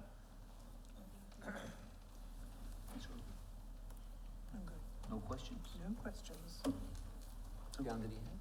Questions? No more questions. Mr. Rockland? Just one quick one, and thank you very much for answering the questions that were and raised as concerns before. You had 136 laneage customers proposed as the average for these type of establishments. What would be the additional in-house visitation, seating, sit down and eat type of visitation that would be added to that? I don't have the answer to that. That's just kind of the average business they do from the Chipotlane, from the online orders. Right. Or the mobile orders, but I don't have the data for what they do for standard, go in the store and order. Right, but you do have, we didn't see a floor plan per se, but I would imagine you do have tables inside also and a counter Yes, where yes, of people could course, go yeah. up, and so there would be some additional in likelihood. Yes. Yeah. No. Thank you. Any additional questions of the gentleman? Thank you all. Thank you. So at this time, we'll go to public comment. Do we have anyone from the public that would like to comment? Any electronic public comment? No. Do not have any. Okay, super. So we're done with the public comment. I'm going to close the public portion of the application. Would there any comments that staff had? Well, they call it rebuttal here, but we're easier than that. No, I have no additional comments. We covered a lot, didn't we? Okay. Well then, it's going to move back to us, and I would like to know if anyone would like to make a motion in regards to Resolution 2025-52. And I would move to make that motion, Chairman, provided that it includes the three conditions as imposed by the staff, and would also include the inclusion of these ballards adjacent to the two seating areas on the site plan as the applicant agreed. And we have a second to that motion. Okay, so now we're open for discussion. I'm gonna get out in front and just ask I can't see them now, what were those staff conditions? Got it back on. Better if you see it in print, yeah. Sorry, this is probably, there you go. There we go. Can you see that okay? Yeah. I've got it up here.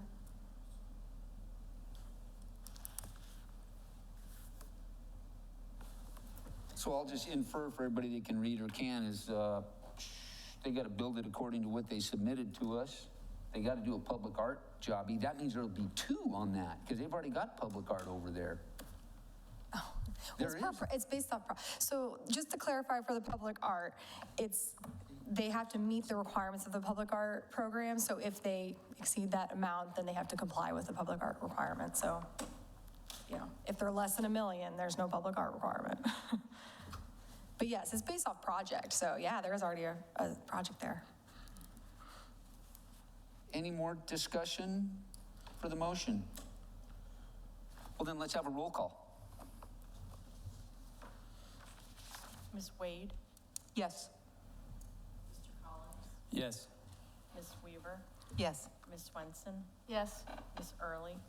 Yes. Mr. Rockline? Yes. Mr. Vesey? Yes.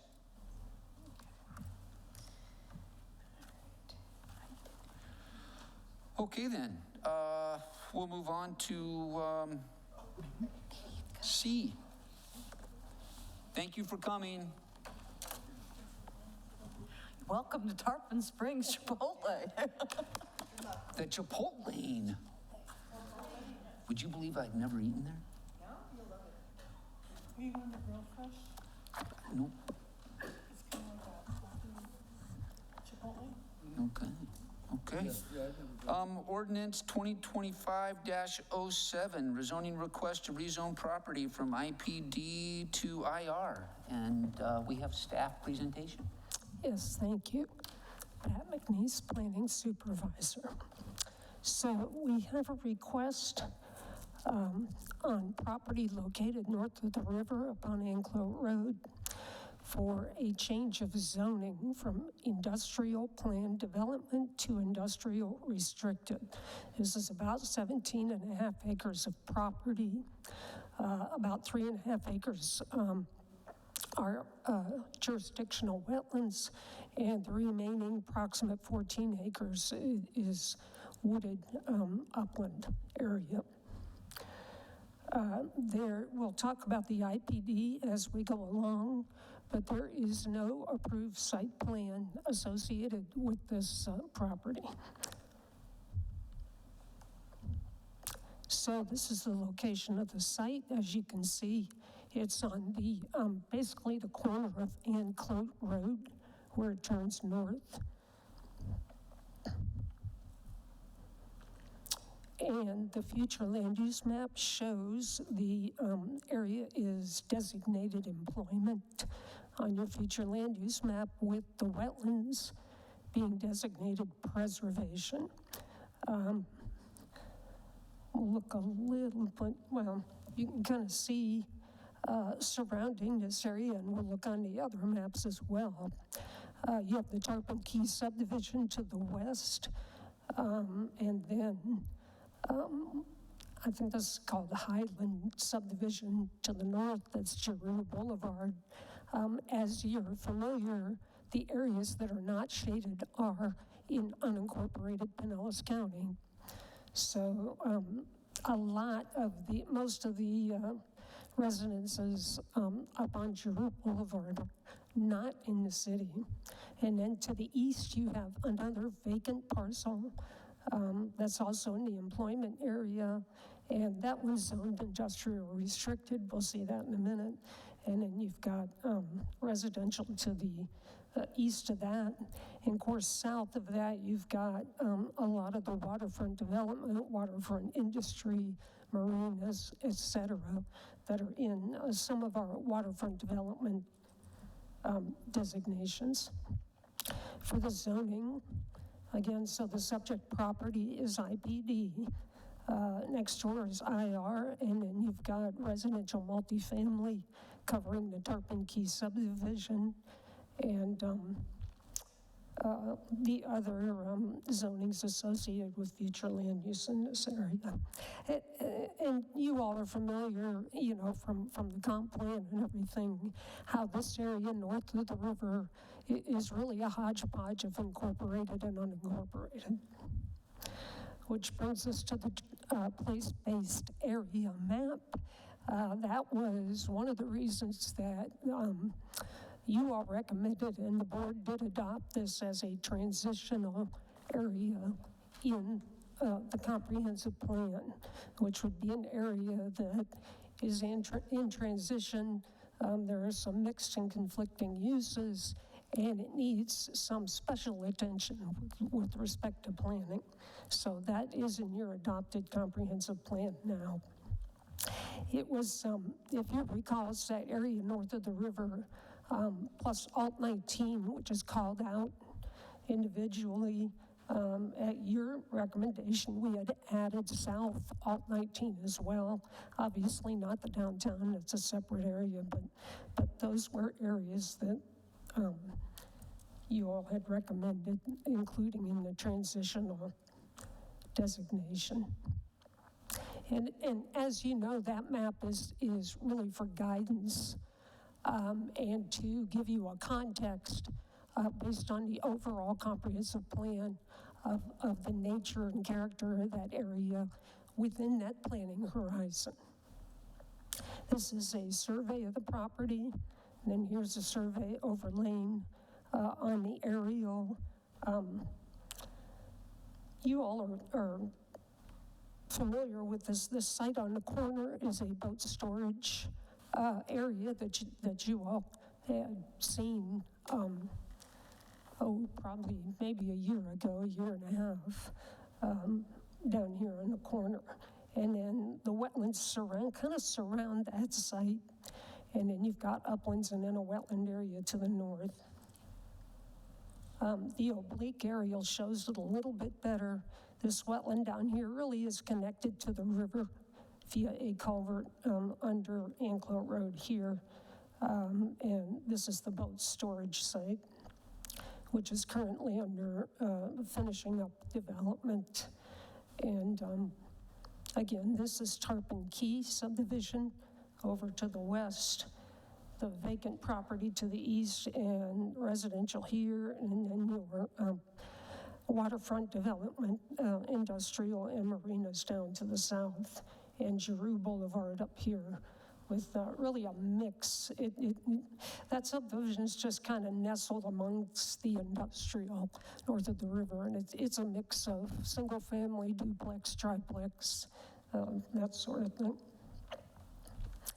So we wanted to touch a little bit on the rezoning history because the question came up as to the basis for the IPD for this property. So in 1976, this property was partly zoned what was called travel park or travel trailer park, and partly zoned industrial restricted. The travel park was the old Linger Longer RV park that is now Tarpon Key subdivision. So that's what that was. In 1981, we still had a travel park designation on the property. And then in September of 1989, there was a rezoning of this piece to the south where the boat storage is now. That was developed as a marine engine and boat repair facility. There was a structure there. You may not remember from reviewing that other site plan, but there was a structure, I think it was built in the 40s or 50s there, and that was the workshop for the boat repair. That was demolished by the gentleman who built the boat storage. But this neighborhood business change was done then. The applicant's property, that's the subject of the application tonight, was owned by the Nisley family for years, and it was known as the Nisley property. So I just kind of labeled it that way so you could tell which one it is. So this was the extent of that map, and as you can see, at this time, it was zoned residential multifamily. In October of 1989, the 1989 comprehensive plan was adopted. At that point, the property, the Nisley property, and the property next door, which belonged at the time to the Dorch family and was known as the Dorch property, were brought into something called Transition Industrial, TLI, on the future land use map. So, and then you still had your neighborhood commercial for that small piece down on the south. So this area was all brought in as a, really, some of the stuff north of the river was recognized as transitional even back then. So the city's been kind of struggling with this area for a long time. At that time, the comprehensive plan called for the use of the planned development designation for some of these vacant properties that they wanted to preserve industrial use on, and that's how the IPD got on the Nisley property when the comprehensive plan was adopted. And then in May of 1990, the Land Development Code was adopted with that IPD to comply with the plan directive of a preferred plan development designation on the transitional industrial, and there were other transitional categories that the plan development designation was called for. This was one of them. Accordingly, when the Dorch property came in September 1990, that was also brought in as an IPD because of those policies in the comprehensive plan. So, that's what I just mentioned. This was transition industrial, and it was brought in as an IPD because of the policy in the 1989 comp plan. And I'll just go ahead and read that. So for transition industrial, there are several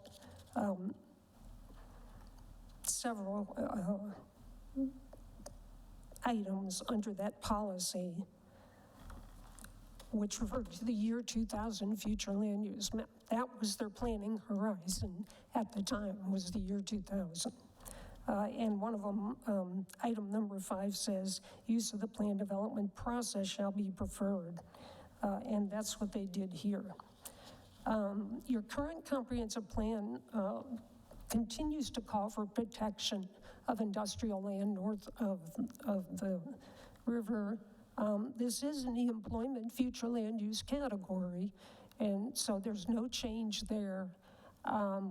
Just to clarify also, if you remember with the comprehensive plan, we had in all of the employment area that's designated now under the previous, our immediately previous plan, that was called industrial limited, if you remember. So it's now adopted as employment, and industrial restricted or IPD can be used under that future land use map category. So those would go under there. We still have an industrial future land use. That's for industrial heavy, like up at Wesley Road would be a good example of where we have industrial heavy.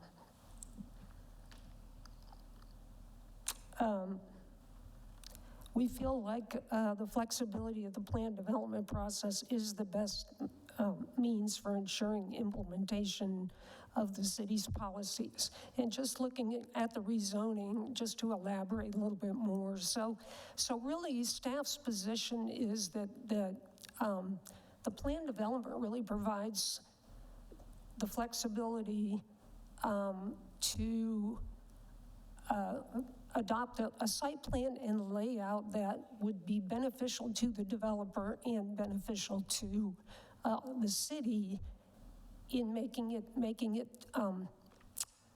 it's more malleable. You've got waivers and you've got means of adjusting a site plan to meet the intent of the plan development, which this one, this property certainly has characteristics that align with the intent of the plan development that's enumerated in the staff report. That plan development intent that's in the land development code, it's still straight verbatim from that 1989 comprehensive plan. And this property has some of those features. It's got the wetlands. It requires a 50-foot buffer on the wetlands. We see no reason to immediately negate that without, not that it can't be adjusted if there are good reasons, but without looking at it through the plan development process. Your current comprehensive plan prohibits impacts on wetlands now. So that's also a consideration. That's true regardless of the zoning, but it's something that we would be enforcing on this one. We also have neighborhood issues because, again, transitional area. Now we've got residential development pressures up there north of the river, and you're going to have some conflict. You guys saw it on the boat storage item, already. So we're going to have a little bit of pushback one way or the other. We'd like the flexibility to address that. As far as the uses, the IR would expand the uses. I'm a little bit concerned about some of the retail uses that might come in with respect to potential for traffic impact. Industrial uses are traditionally or usually less lower trip generators. For example, Anclote Road, I think we've heard back and forth multiple times about when the county will address Anclote Road. I think there is an overall plan to do it. It's just that we can't nail the county down on what the timing of that would be. So those types of issues, access, traffic, neighborhood compatibility, wetland protection, those we feel like would be easier to address through a plan development process. And we really don't see a reason to change the zoning on its face to a PD. I'm sorry, to the industrial restriction. So that pretty much covers, so we feel like efficient and orderly development would be compromised somewhat by the IR district. Number 4, We can serve the property, we have the capacity to serve the property regardless of the zoning. So it will meet, should meet level of service standards. I already talked about the comprehensive plan.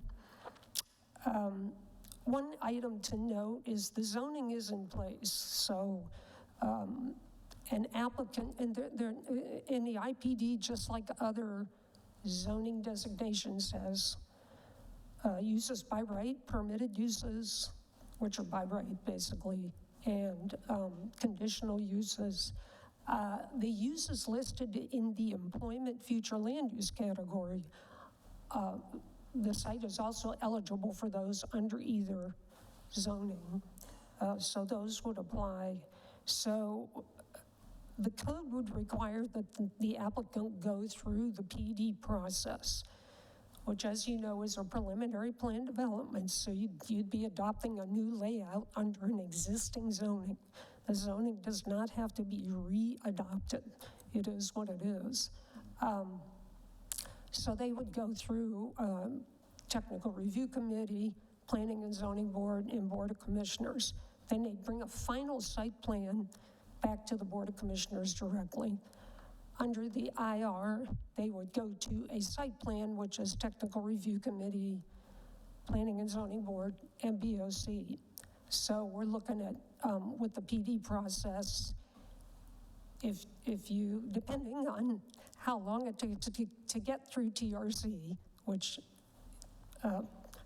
with the project you just saw, quality plans, 2 TRCs, that's it. That's our dream. So assuming it's something like that, we're looking at 2, 3, maybe 4 months added to the process on a PD. Also want to note that neighborhood compatibility has to be addressed. That is a site plan criteria, so it has to be addressed regardless of the zoning under the comprehensive plan. So we would look at that. It's just that with IR, depending on what you might need, you're going to have to go for variances to setbacks and things like that, instead of being able to use the waiver process that the PD allows. So it could get a little lengthy and messy, depending on what's proposed. So staff at this time is recommending a denial of the rezoning from the IPD to the IR district. We would like to see an approval of the land conservation for the wetland portions of the property to correspond with the preservation future land use map category. So that we've recommended approval of that. Any ordinance can be revised to reflect that.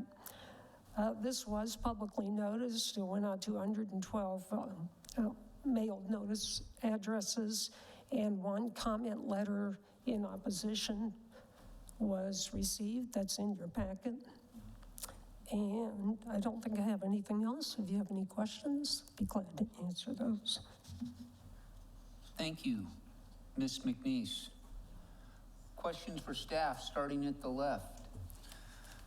Thank you. I'm just trying to wrap my head around this. I wasn't here for the comprehensive plan. I understand that it was designated a transition area, that we also want employment on this lot. And that being said, the IR would go to a approval process for any future building versus a waiver process for the IPD. Is that correct? The IR would go through so the IR district has two lists of developments that can be done, just like most of your districts. You just had one. Permitted uses and conditional uses. You'd have to do a site plan for any of those, and then the conditional use, you would add on a conditional use application.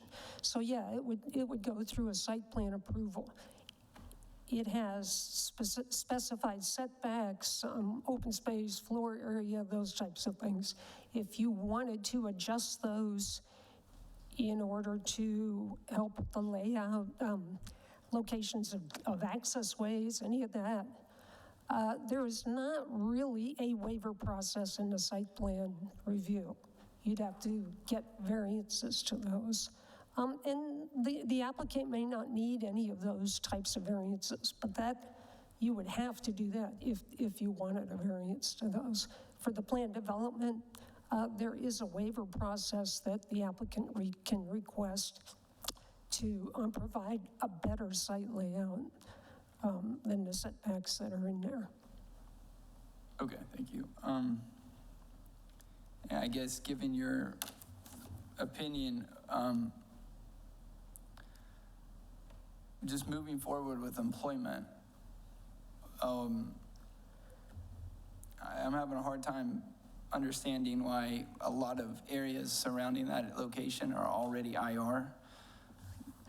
Those were pretty much, yeah, so when the IPD was designated, they were looking at vacant land primarily. So these were large vacant tracts. This one and the one next door. A lot of that stuff north of the river was already developed and already in the IR district. So it wouldn't have been appropriate to put a plan development on something that's already developed. So you picked the best, basically straight Euclidean zoning that's available. That would be industrial restricted, which is most of what we have north of the river is the IR. Yes. Like I said, there's really industrial heavy up at Wesley. There's a couple other industrial heavy, but. And just to clarify, you're saying because it's IPD is because everything else already exists, and that's why it got that designation? By and large, it's because those sites were developed. And this site was vacant. And it's specified in the plan to designate transitional vacant areas. That was the preferred, it was called the preferred method.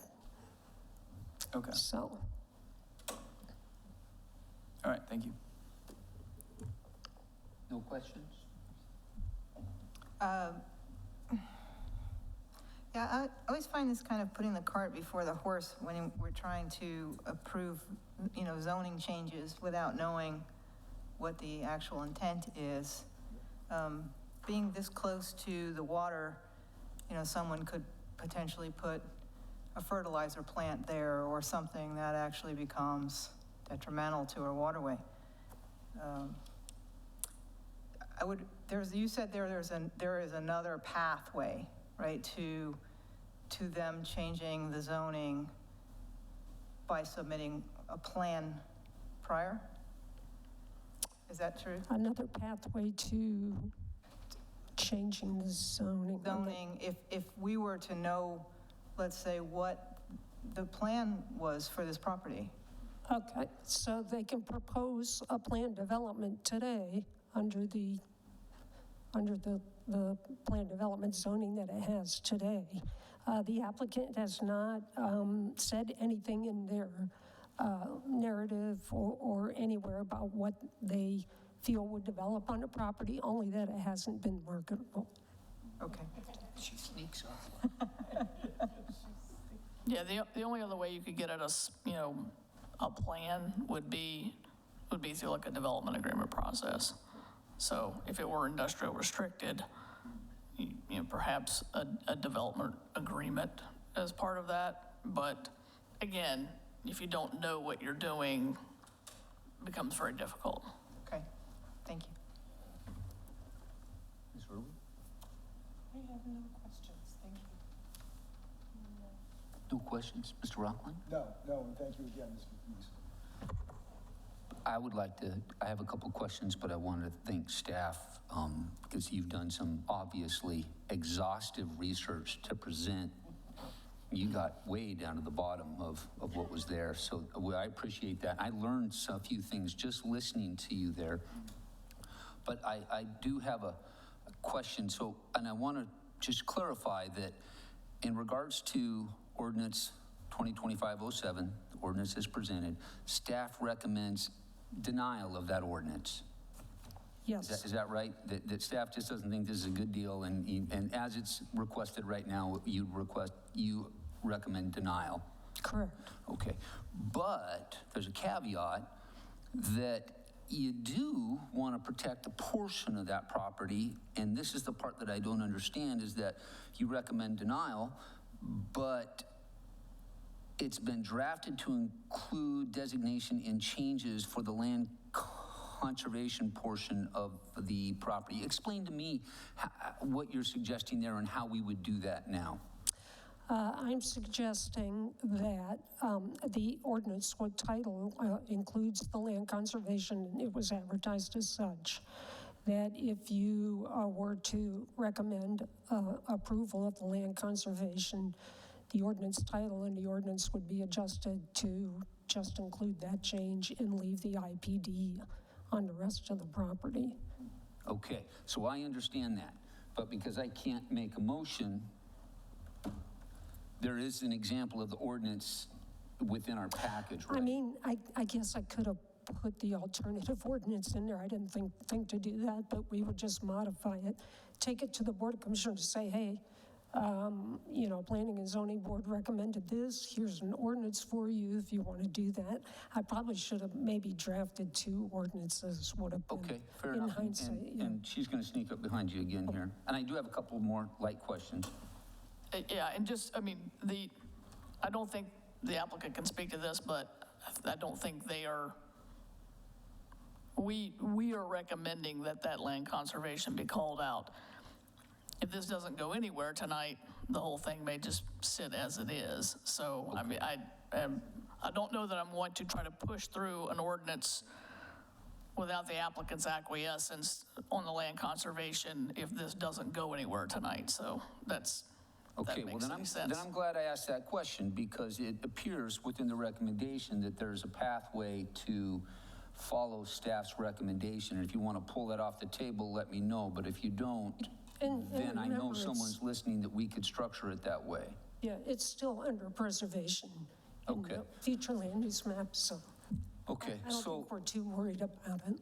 And then because there's so many moving parts and so many acronyms, and we've got some old members, and this would be my moment of saying thank you, because it was a personal request that area become a special area plan, and it's neat that moved forward. Is it fair to summarize that you feel what it is the best use, and it fits the desires of the Planning and Zoning Board in the future, and it kind of fits as it is, without making any changes, it best fits the uses that the City of Tarpon Springs wants, the Planning and Zoning Board has want, and you don't see a reason to change that? That's a good summary. Don't really see a reason to change it. And then I'll add, last on, is that perhaps the risk, the environmental risk due to the sensitivity of the wetlands that do feed into the Anclote River, that if it were to be changed, we actually create risk of protecting sensitive wetlands and waterways. The buffer would be reduced to 25 feet, so.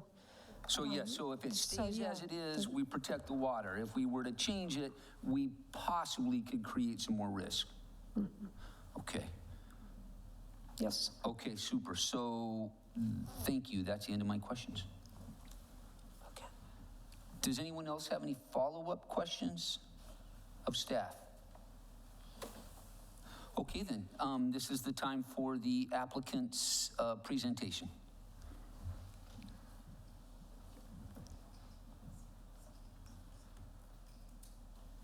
Your client wasn't sworn in, was he? He was, yeah. He was, okay. You can do it again. He was, yeah. Okay.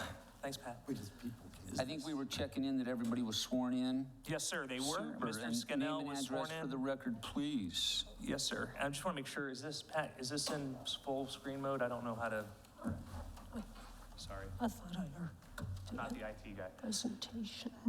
Perfect, thank you so much. Mr. Chair, thank you. Brian Ong, 625 Court Street, McFarlane, Ferguson, McMullen. Again, on behalf of the applicant, this time Tarpon Springs 1 LLC, represented by the owner, Tom Scannell. We have both been sworn.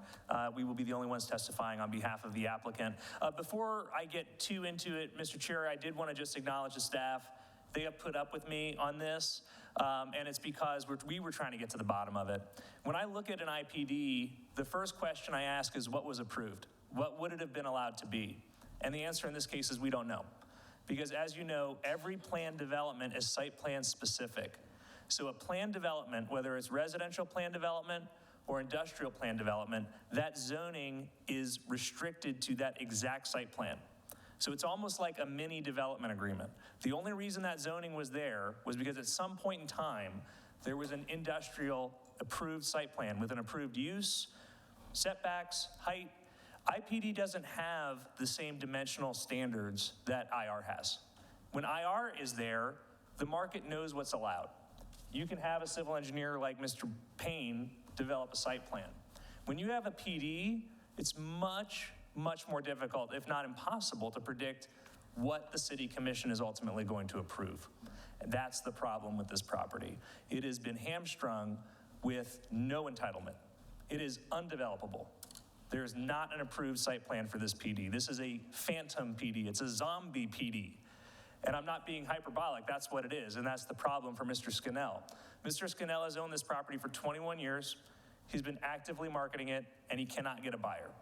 And the reason we're told is because nobody knows what would be allowed to go here. And nobody wants to go through, and respectfully, I've been through IPDs. You've seen me before, I'm not here all the time, but I've been through RPDs in particular, and they're difficult. They're real difficult because you can have site-specific control over everything that happens all the way through the second reading of the City Commission. It's a big risk for someone to take on the engineering, the architecture, all the work that goes into that without having some basic ground rules. And I'm gonna go through for you why this is not that bad of a change. It's really not a bad change at all. It's consistent with everything else that's out there, including the property that was directly adjacent. I'm gonna go into the history of that in a moment. But it's still preservation in the wetlands. You still can't impact wetlands. You need an FDEP permit, Army Corps, SwiftMud, everybody looks at that. And Ms. McNeese, to her credit, as she always does, gave a great presentation, and she told you, I think in response to the commissioner's question, even if it were IR, neighborhood compatibility is taken into consideration at the site plan level. So the neighborhood compatibility is a requirement of an IR approval also. So the agenda was slightly wrong. It said this is a legislative hearing. This is a quasi-judicial hearing. I cleared that with Mr. Salzman and with Ms. McNeese and Director Vincent. So I didn't want you to think that this was a legislative hearing. It's a quasi-judicial hearing. Why is that important? The Florida Supreme Court has made it very clear. Land use is legislative because the land use is your comprehensive plan. Your comprehensive plan has a comprehensive map of all the land uses. That is the constitution of the Tarpon Springs Planning and Zoning. And it comes from the Pinellas County Commission, and it comes from the Tarpon Springs Board of Commissioners, and it comes down to you to implement. The land use is employment. That's what Pinellas County calls industrial. We call it industrial land use. Fort Pinellas and the Pinellas County Commission call it employment. It's one and the same. IR is allowed in the employment category. It is inherently consistent. Because this is a quasi-judicial hearing, all you need is that to vote yes, to approve it. It doesn't mean you have to approve it. I'm just saying that's sufficient competent substantial evidence to vote yes. I'm going to explain to you why the IR will accomplish the goals of the current comprehensive plan, which is to preserve and promote employment. Right now, there's no employment. There hasn't been any employment since it was apparently a travel park. So I did want to also point out, you can see on the aerial, these other sites are being used. The site to the south here, that's part of the marina. And it's right next to Tarpon Key. So this is being used as some type of vehicle storage, or I don't know, I don't want to describe it. I don't know exactly what it is, but there's clearly something there. And then the property to the east that's IR is being utilized for something. And again, anything that would come back as an IR would have to be subject to all of the protections that I just went through, and I'm going to go through again here. So our simple request is a Euclidean request to change the zoning from IPD to IR because there are no entitlements, there's no predictability, it's entirely uncertain, and we haven't been able to activate the site in 21 years. I do appreciate you, Mr. Chair, clarifying the LC. My client, the wetlands are currently under preservation. which protects them. You cannot impact wetlands. However, having said that, if it was the will of the board and the Board of Commissioners to approve the IR, we would be fine with approving the LC also. If the will of the board and the will of the commission is to deny the IR, we would not want the LC foisted upon us. We would want to remain the status quo, and I think Director Vincent was okay with that. So I don't want you to be worried about, if you do recommend denial, recommending approval of LC, but denial. If you're going to recommend denial, just recommend denial, and we'll figure it out, maybe, hopefully, fingers crossed down the road. But I think I'm going to give you the reasons why you should feel comfortable recommending approval. Again, I've already went through this. The IR is compatible with the comprehensive plan and the land use, and that is admitted in the staff report. The property directly to the east, which I think was referred to as the Dorch property, that was annexed in 1990 as IPD with an LC, land conservation. In 2011, this board recommended approval of rezoning it to IR without an LC, and the Board of Commissioners approved that. We want to be treated just like our neighbors. We want the same consideration they had. I think when you hear from Mr. Scannell, he's just, what I keep hearing from Mr. Scannell is like, how is this fair? I have the only property out there that you can't do anything with. I gotta have some relief here. And I'm gonna go through that here in a minute. There are more available uses in the R zoning district. Again, they all would require, some of them would be conditional uses, which you could deny in a quasi-judicial hearing, just like your last use, the form-based restaurant. Some would be permitted uses, so there's slightly more permitted uses. The plan development process is more time-consuming, cumbersome, unpredictable, and it's extremely problematic. I want to point out, the staff said in 1989, the plan development process was preferred, but that's not in your current comp plan. And I can tell you that when I went in front of the city commission 2 or 3 years ago, which I know we have a new commission, but when I went in front of the city commission 2 or 3 years ago with an RPD, they literally said, we don't want to see any more PDs, we're not approving PDs. That's what the majority of the commissioners said. That's the type of thing that makes the market so uncertain with a PD. Because when someone asks me, a developer, Brian, what do you think the odds are of this? I have to tell them I have no idea. It's up to the will of the whatever city commission is in office at that time, which is what is really practically makes it incredibly difficult, particularly when we don't have any history of what was allowed there. We don't know. If I could go in and say, well, this is what was allowed, it was mini storage, that at least gives me a basis to say this was mini storage, the setbacks were 10 feet, 15 feet, height was 30 feet. I don't have any of that because there's no history of it. Quoting the staff report, again, the staff found that both the IPD and the IR zoning designations are aligned with the overlying employment flume category. And then under number 2, the city is interested in maintaining the employment base provided by the industrial uses in the area. The use listed under both the IPD and IR zoning districts are generally appropriate to the area and the intent of the employment future land use category. So the staff in the staff report is saying the IR uses are appropriate, and we agree. And that's why all the other properties out there are zoned IR. You won't be able to achieve the comprehensive plan goal of preserving and promoting employment if there's no use on the site. Currently, there is no employment. So the fact that it's consistent and appropriate use in the staff report with the land use, and the fact that you have a goal to promote and preserve employment when there currently is no employment under the IPD, I think gives you the evidentiary basis you need to recommend approval. This is the map. You've seen it multiple times. We're the only IPD out there. Everything else is IR, including the property directly to the east. And I would argue that the marina use is very similar to an industrial use. Boat storage, boat maintenance, boat repair. It's very, very similar to an industrial use. This is the 1989-1990 zoning map. Going too fast.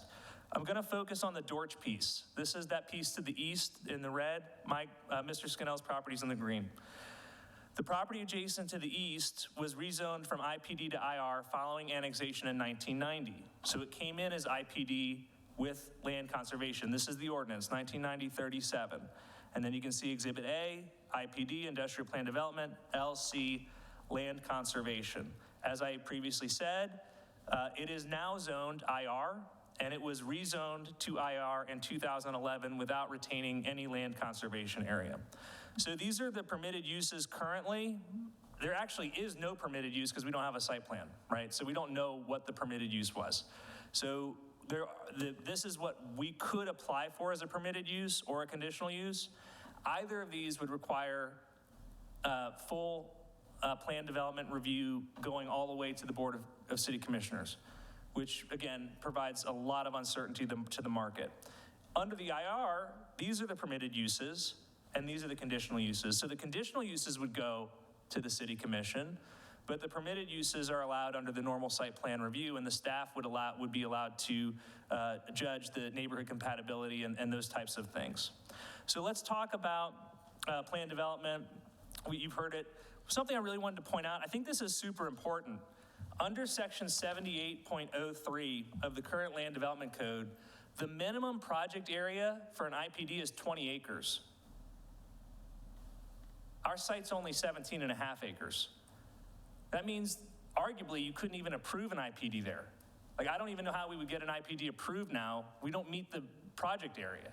So unless you're gonna just ignore that part of your code, I mean, if as a land use attorney or someone as a lender doing due diligence, that alone makes this almost impossible to get anybody to put any money through trying to figure out what to do with it, okay? That's very difficult. At a minimum, if I wanted to take this from IR to IPD today, I wouldn't be allowed to do it because I don't have a project area of 20 acres. That's section, I want to be clear, section 78.03 under IPD in the Comprehensive Land Development Code. Talked a lot about that. So I do want to talk about the wetlands, okay? We 100% agree. We want to protect and preserve the wetlands. We are not proposing anything that would degrade the wetlands. The IR is the predominant zoning category in the area, and the buffering and wetland protections defined in the code are sufficient for all those other sites. They're all close to, if not adjacent to, Anclote. In their own report, the staff has stated that the IR zoning district is compatible. I've already said that multiple times. The two wetland areas on the subject property are well protected by many layers of governance. Federal, Army Corps of Engineers, impacts to the southern wetland would require mitigation and an environmental resource permit, ERP. If approved, the permit would include mitigation parameters. 25-foot wetland buffer is required. That's what IR requires under the Tarpon Code. So the 25-foot wetland buffer that we're worried about, reducing it from 50, well, that's what the federal government requires as an underlying requirement. So it's consistent. The IR is consistent with the Army Corps. Same thing with FDEP and SWIFT-MUD. Impacts to the wetland area would require mitigation and environmental resource permit. If approved, the permit would include mitigation parameters, again, 25-foot wetland buffer. And then you have your own local land development code. Per section 55, subsection G of Tarpon Springs' own land development code, the compensatory wetland shall be the same wetland as the destroyed or degraded wetland. The replacement ratio shall be a minimum of 1.5 to 1. And the compensatory mitigation plan shall include the granting of a conservation easement over the newly created wetland. I don't want to take up any more time. I'm happy to answer your questions. I think we've provided a rational basis and beyond that, substantial evidence for why of the request and the necessity of the request. And I hope that you will be able to recommend approval. And if you recommend denial, we completely respect that and understand. But we hope you'll be able to recommend approval. Thank you. Thank you very much for that energetic presentation. And you know, like staff's presentation, I learned more during that, so thank you very much. We'll go ahead and take questions for the applicant. We'll start over on the right. I have a question, and my question is, I mean, obviously you're here speaking with us, and I'm not an attorney, I'm actually an engineer by background, but have you had discussions with the neighboring residents who oppose this? Because I am wondering if there actually could be an agreement, because they're obviously concerned that you guys don't know, you want to make it more sellable, right? Right. You want to be able to sell it. And with that comes the uncertainty of what that, are they going to put there, right? Right. Is there any way to say, okay, what do these residents not want?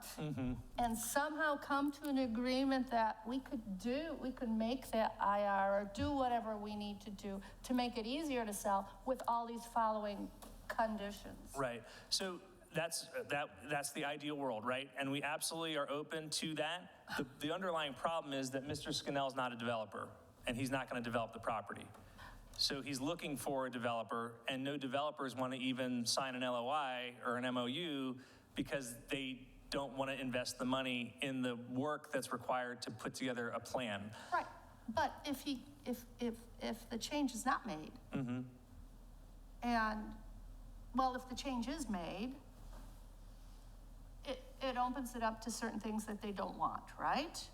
And even though he is not a developer, can he not agree to, okay, well, then I'll make sure we don't do A, B, C, D, and E, when he still has all of these left and doesn't have to go through all that hoopla to Yeah. get somebody. I think if you're talking about eliminating potential uses, like helipad, we don't want to put a helipad there, right? Okay, I agree. Yeah, no, absolutely. We would definitely be open to that. And also with staff as well. Like what IR uses would be appropriate, we'd be happy to have that conversation. I mean, hello. Go ahead, Mr. Rockline, questions? Thank you, and thank you, council. It's a very comprehensive presentation. You make great arguments, for reasons to affect this change. I have to echo my colleagues' concerns over limiting and restricting additionally some of the conditional uses and maybe even some of the permitted uses. And that would be a conversation to have with the affected neighbors, because way back when a lot of these other things were tossed around over the decades, residential living over there was minimal and certainly not to the point of current development. So I would echo the sentiments and of building bridges instead of walls with the affected neighbors. And then when that could be affected, possibly come back to us with columns of yays and nays going forward to the future. But a great presentation, so I thank you very much for that. Thank you, sir, and we definitely will consider that and follow up. Ms. Early to our moving left. Do you have questions of staff? Yes. Excuse me, question to the applicant. Yes. Okay. To be honest, I still find myself a little confused. Sure. I read and I reread the recommendations by our staff, and I understand, and then I'm trying to listen to you tell me that notwithstanding what they said, what we propose will work too. Is that right? We believe it's supportable, sure. If that's how you want to describe it. We believe it's an appropriate and supportable rezoning.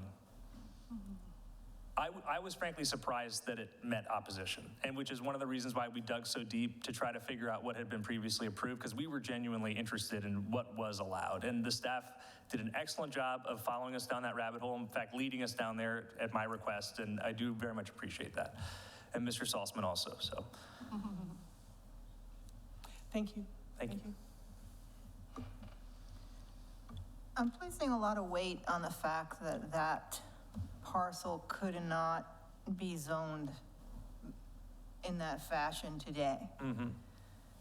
And I sympathize with an owner that can't market their property. Seeing that it would have to come back before us, I think that that's something we need to consider,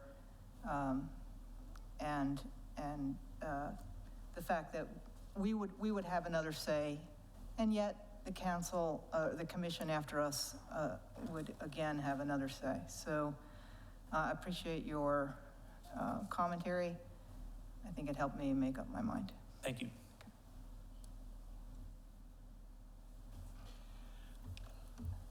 Any questions down on the end? No questions. Great presentation. Thank you. Thank you, sir. I have a question. Yes, sir. Yes, sir. Please, Justin. I'm going to repeat what I was hearing from you, is that you and your client feel that, and I think I heard you say it, there are no uses for that property currently. No uses you could go get a building permit for. That's right. Okay. But it says right here, under uses and not conditional, that, and help me understand this, let's say it was an assembly hall. Yes, sir. So it says you can make it an assembly hall, office. There's quite a few available uses permitted right now. So help me understand, why is it just not enough uses, or nothing can be built today? Right, so the issue is when you have a standard Euclidean zoning, right? So Euclid versus Ohio, that's what created zoning in the United States. 1920s, we call it Euclidean zoning. It's old school, just standard zoning, commercial, office, whatever. When you have a standard Euclidean zoning, there are predictable lot dimensions and development standards. Those do not exist to the extent that they exist in IR, in the IPD. As I think McNeese described it, it was flexible or malleable. We would describe it as inflexible and uncertain, because flexible to me means 50 to 100 is okay, not it's somewhat subjective. It depends on what whoever's on the decision-making board thinks at any given time. And that's the problem I've run into personally with other RPD projects, which you may recall the McAlpin site. You know, we thought we had made common sense. It was not a huge thing. It was a big property. We had all the wetland mitigation. I had an environmental scientist. We put in hundreds of thousands of dollars, and it went nowhere. And so that's the kind of thing that's uncertainty. The IR gives you lines to color. Okay, forgive me for interrupting. Yes, sir. Is that what I'm hearing your answer is, it's just more difficult, that there are plenty of permitted uses, they're just not convenient uses. It's not difficult, it's unpredictable. So Unpredictable, the market but it is doesn't know. doable. You just said unpredictable. The market doesn't know what is allowed and what's not allowed. Okay, but it's fair to say that that's a big difference from cannot. Cannot, dependent on someone's subjective decision, yes. Okay, so unpredictable. Now, I do have a follow-up question. If this board were to approve IR, would it be unreasonable that that property could be developed as, let's say, a junkyard and the other half animal boarding? Is that something that would possibly be allowed? It would be subject to those development requirements for those two specific uses, and my guess is they would not be allowed. But could it be done? You'd have to ask the staff. My guess Okay. is a junkyard would not be allowed. Okay, so, but Animal it says boarding right would here, be- conditional use, and it might be more difficult, but right now, a junkyard would not be allowed at all. You would have to approve it, and the city commission would have to approve it, Okay, even if it was IR. okay. Is it reasonable to, and this is a reasonable question, that there are almost unlimited uses under the IR, where as it's currently done, it's restricted because we've got residential uses around it? Is that be reasonable assumption? Well, let me take a look at some of these older zoning maps. So this is 1989. You can see residential uses directly to the north and directly to the east. And in 2011, this property to the east was rezoned IR without an LC. So, but could we look at today's map? Right, so the Tarpon Key is now to the west, which is here, okay? But residential has been around these sites for 50 years, and it's been IR since Isn't that orange 1976. thing right over there to the left, isn't that all residential? Right, it was developed And in then 2013. directly to the north, isn't that whole road all residential? And it's been that way, yes, sir. Okay, super. So what we've got is a parcel that could, if we approved it, be a junkyard, but yet we got residential on two sides. It could not be a junkyard unless it was approved by the city commission to be a junkyard, 10-4. which seems incredibly unlikely. Yeah, I do appreciate that. Thank you very much for your patience. Yes, sir. with me. Yes, I sir. appreciate it. Does anyone else have any more questions for the applicant? I have a question or clarification. So we're not stating now that it's really the difference because of usage. We're stating that it's a difference between what you call unpredictability, and in order for you to sell this, you're not getting the developers because they have a lot more work required up front, and they need to invest their time and their work in order to even get anything approved. So you're not coming in with any specific requirements. You're coming in and say, how is this? And then they could get Denied knocked out. anyway. Yes, ma'am. So, but I still go back to, if we do IR, why don't we just say what we can and we can't do? Put all those qualifications on all those conditions. No junkyard, no this, no this. What do the residents want? IR with whatever the residents want. That would be a great topic for discussion once a motion is made. Okay, sorry. Unless I am seeing our council eyeball me, but let's stay in order. can't do that? Since we got that, any final questions for the applicant? I'm not an attorney. You're giving authority potentially to neighbors to determine what Well, somebody's that's a good point. property can be used for. I'm trying to get That's a really- negotiation. That's probably some kind of taking that I'm. Oh, I haven't forgive me, looked at. and I wasn't listening that carefully to what she was suggesting. Oh, I thank just you. wanted, that's why I wanted to move to the discussion portion No, I of the motion. understand. I was just, Now you're admitting it. Okay. No, I meant not specifically. Okay. This is a very serious topic. Did Mr. Scanlon, did you want to speak, sir? I was gonna wait till rebuttal for him to speak. I wasn't gonna get up and give a whole huge rebuttal, but I was Perfect. gonna let him speak like last. Is that okay? Yes. Okay, perfect. Thank you. So at this moment, we're actually for public comment, and then we can get to rebuttal. So we're open for public comment. Please state your name and address, and go ahead. My name is Gregory Barnes, 1281 Windy Bay Shoal in Tarpon Key. I'm the one that responded on behalf of our community, Tarpon Key Homeowners Association, on disagreeing, or wanting to disapprove, recommending disapproval of this change.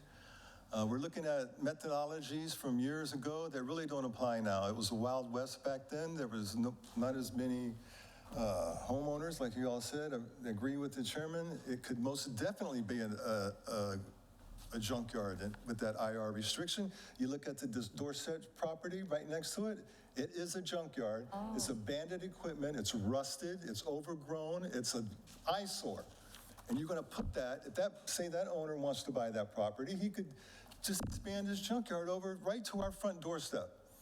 On the first two presentations, I saw a line on the slides that says, impact to property values, negative. I did not see that statement on this presentation.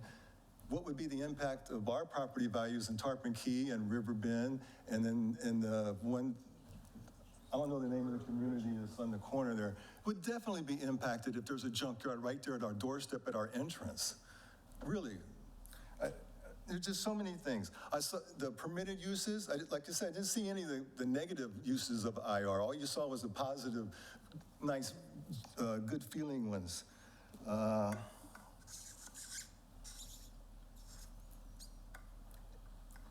What the lady said there about expanding uses, restricting the IR uses, what about you do it the other way? You expand uses of IPD, you know, instead of restricting the IR. We could do something like that. I don't know if you had a chance to read my letter. I think it pretty much sums up the feelings of the community. This is not what we want to do. Once this, maybe not been to you guys and gentlemen and ladies, but this committee at one time made a decision to put Riverbend, to put Tarpon Key, to put communities and families up there, and there's no infrastructure up there. There's no parks, there's no businesses, there's none of this kind of stuff. There's no street lights for the kids that go to school on Anclote Road. That project keeps getting pushed down the road. Supposed to have sidewalks. We can't even walk to Captain Jack's. You're in the road. There's no sidewalks there, except in our community, because that's the code of the time when you put it in there. This committee made a decision on the future of that North Anclote area. And we cannot look back to 1989 and 1979 and apply those, whatever they were thinking back then, to today's methodologies, today's what we're doing, what's affecting our communities. And yes, I feel sorry that he can't, the gentleman can't sell his property. You know, maybe Tarpon Springs, I'm on the Parks and Recs committee. Maybe we need a park up there. Why can't the community, Tarpon Springs, buy that property and make it a nature preserve?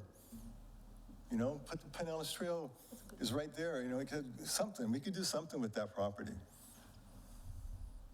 It floods, the hurricanes flooded all the way up into our entrance. That property flooded there too. So what do they do with the new raised Tarpon Springs, raised elevation? Yeah.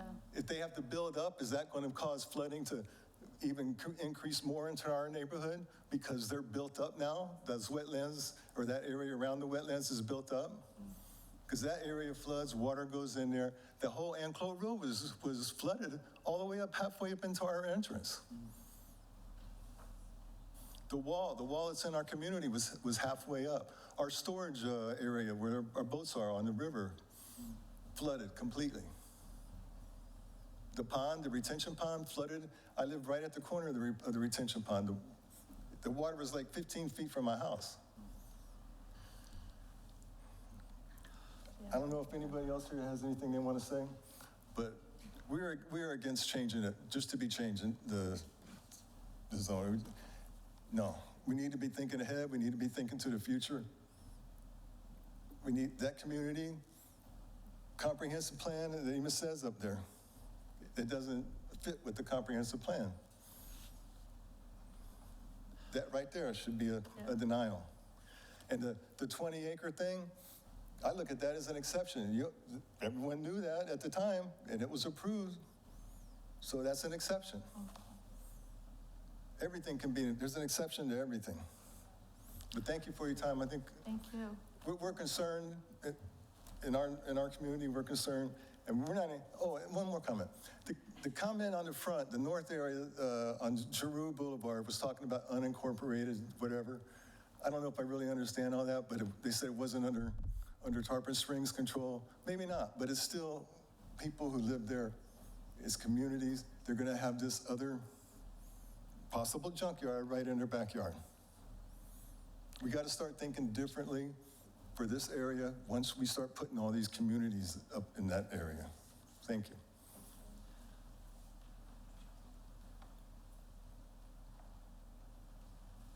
I don't think he was, were you, sir, were you sworn in? No, you, sir. No. But you can be. Yeah, you can. You can still public comment. You were. Wait, he was sworn in, you haven't. Comments to make. Or just stand over right here. Do you swear or affirm your testimony before the Planning and Zoning Board shall be the truth, so help you? Yes, I do. Thank you.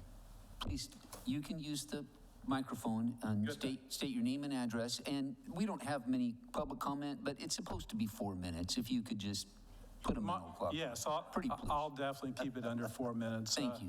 A lot of the things Mr. Barnes said was right here in my notes too. So as I go through this, I'll try not to repeat too much of it, but I wouldn't be standing here too long anyway.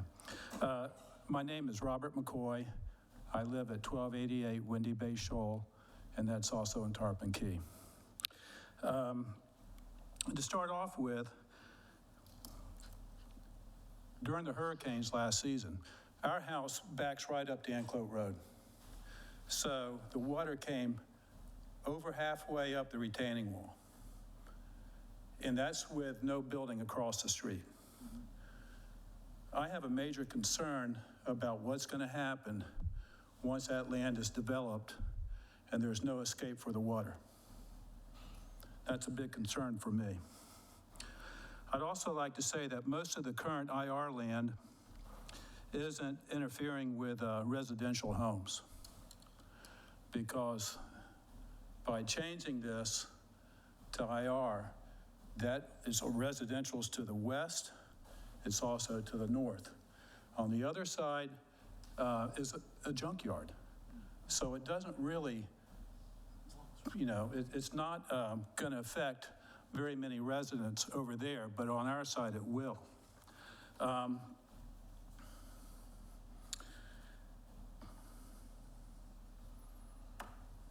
Also, I know that there's a project, and I'll just call it the Anclote Road project, that's supposed to be phased in over, I don't know, 3 or 4 years. I'm not sure when that's supposed to start. I think it's been delayed some.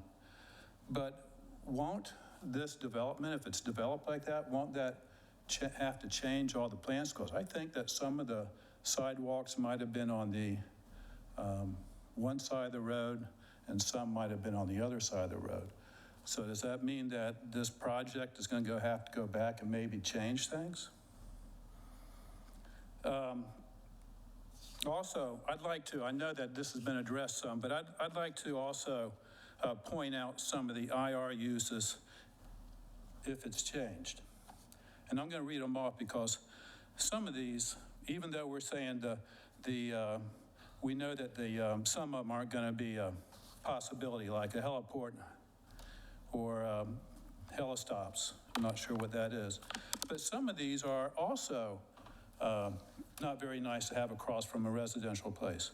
Communication towers, a correctional institution, heavy utility service, hotels and motels, junkyards and salvage yards, retail sales, vehicle repair, major ones, manufacturing of recreational watercrafts. I don't see any of those that I just listed something that I'd want to be living next to.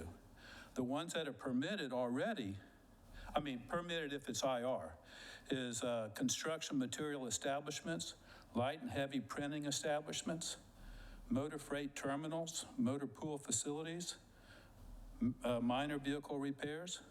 Again, I don't want to live next to any of those. The current uses, there are some current uses. And I'm sorry if the property is hard to sell. I don't know when it was bought or why it was bought, but the land itself hasn't really changed. I live right across the street from it. It's wet most of the time during rainy seasons. During hurricanes and stuff like that, it's just like flooded over there.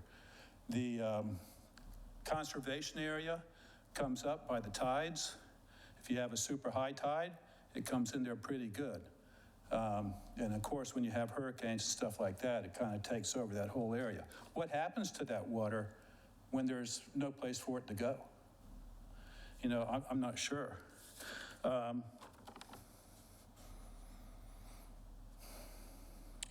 You know, I know that the seller is trying to sell it, obviously, and to make some money on it. Well, what does that happen? What happens to our properties? I don't think that's going to increase the value of our homes. It's going to do just the opposite. So what do? Let this individual make profits on this land? Or is it going to be where the residents over here continue to see you know, a nice piece of property that they live on that increases in value? It's not going to increase in value for us at all once this happens. And I guess that's about all I have to say. I appreciate your time. Thank you for your comments. Is there any additional public comment? I do note that we do have one electronic comment, and that was a letter from the gentleman that spoke. I don't think it's necessary to read that into the record. No. But it's acknowledged that that letter has been received. Was there any additional electronic correspondence that come in since then? No. Thank you. At this time, would staff like to respond or rebut to the comments of the, go ahead. A couple points. Yes, please. So we do have, I don't know if, I think it was called out in the staff report, but I want to call attention to it. So when we adopted the new future land use element, when we updated the comprehensive plan, and we put these transitional areas on the map, on that place-based map, and this property is in there. So there is within the transitional category itself, it states that you should not change the land use or the zoning until a special area plan, a transitional area plan is done. Otherwise, if you are entertaining this, then it needs to be based on the current comprehensive plan. So that, I mean, we've done that in our analysis, but I did want to call out that we do have a specific provision when we set the transitional areas up that says, don't go changing land use and zoning in these until you do a comprehensive process to see what the area should be. So I just want to get that, you know, kind of into the discussion, or, you know, I'm sure it's called out in the staff report. I sympathize with the owner. The plan development process it has some extra hurdles to get through.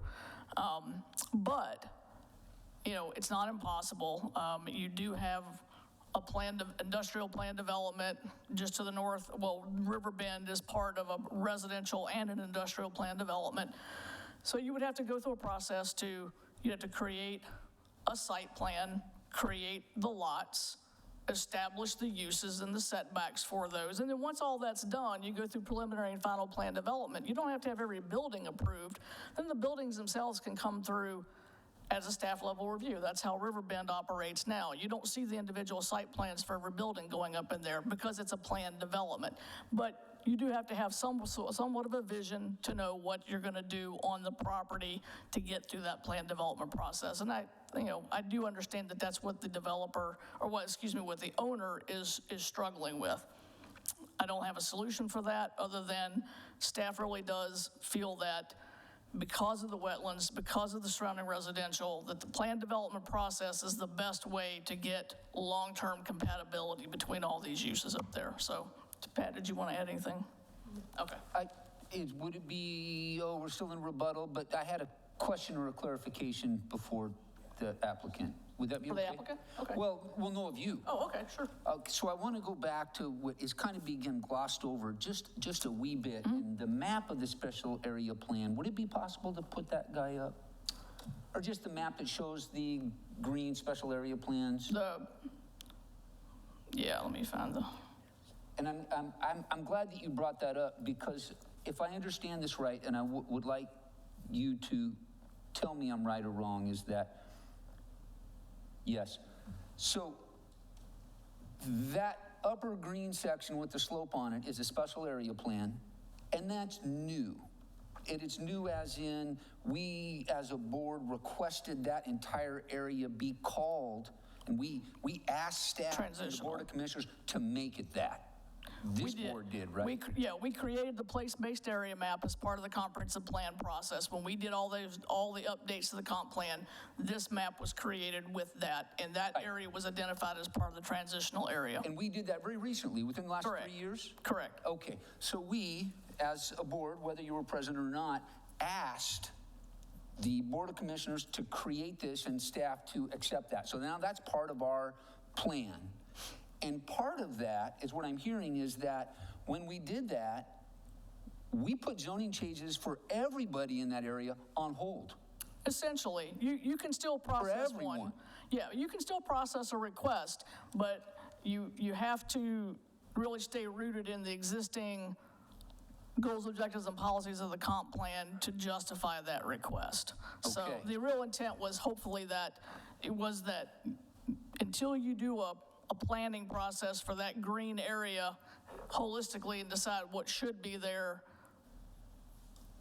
leave things as is. Right. And I think that's a key part, is that we requested that it be put into that, and it is a temporary slowdown until we can figure out this area of transition, how we really want the community to use that. And it's an unfortunate hiccup there, but is that what I'm hearing? That's correct. Okay. And then just because I've already lost it, is that what that is? Would that be this app? Is that special area plan? Is that on the books for us to be reviewing shortly? No, that's the Sponge Docks and Downtown redevelopment plan. Right. Sorry. I was hoping to say that was a special area plan. Okay. But this area it's always been problematic. It would be at the top of my list of places between the city and the county, because there's a lot of county property in there too, to do a joint plan and try to get a vision for that area. Right now, we don't have that. Okay, thank you very much. Does anybody else have any questions of the staff rebuttal period? No. Okay, so now we're ready for the applicant's comments on their comments. Thank you, Mr. Chair.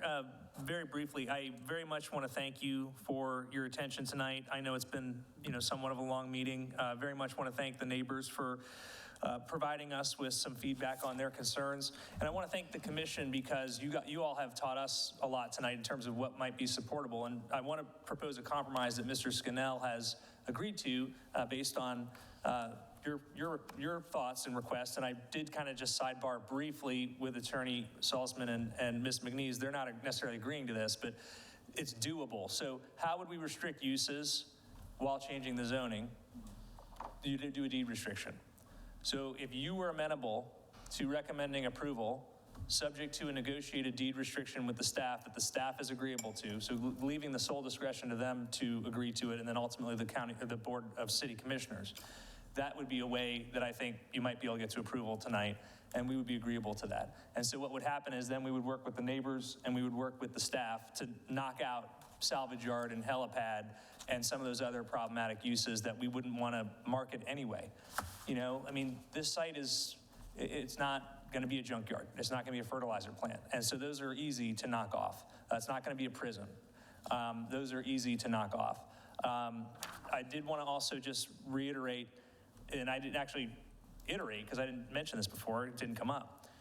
The property now has no development on it. It has no stormwater or drainage control.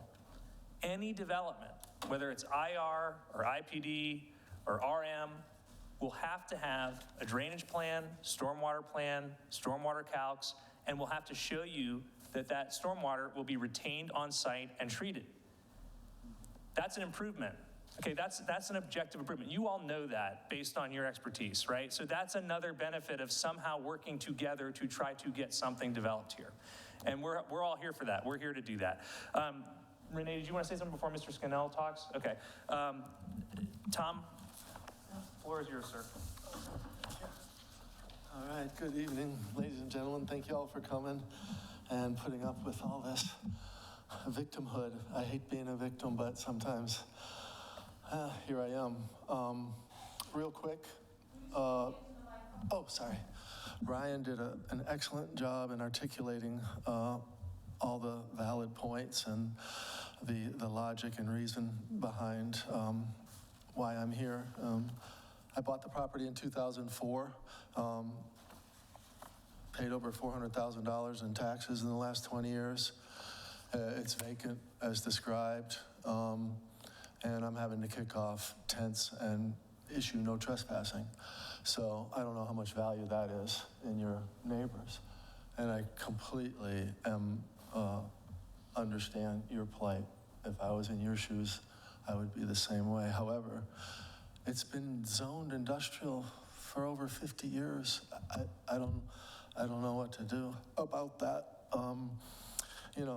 And I've been paying taxes, and I've had a dozen plus contracts and letters of intent, and I've done, phase 1, phase 2s, phase 3s, environmentals, South Florida Water, the Army Corps of Engineers have done wetland maps ad infinitum.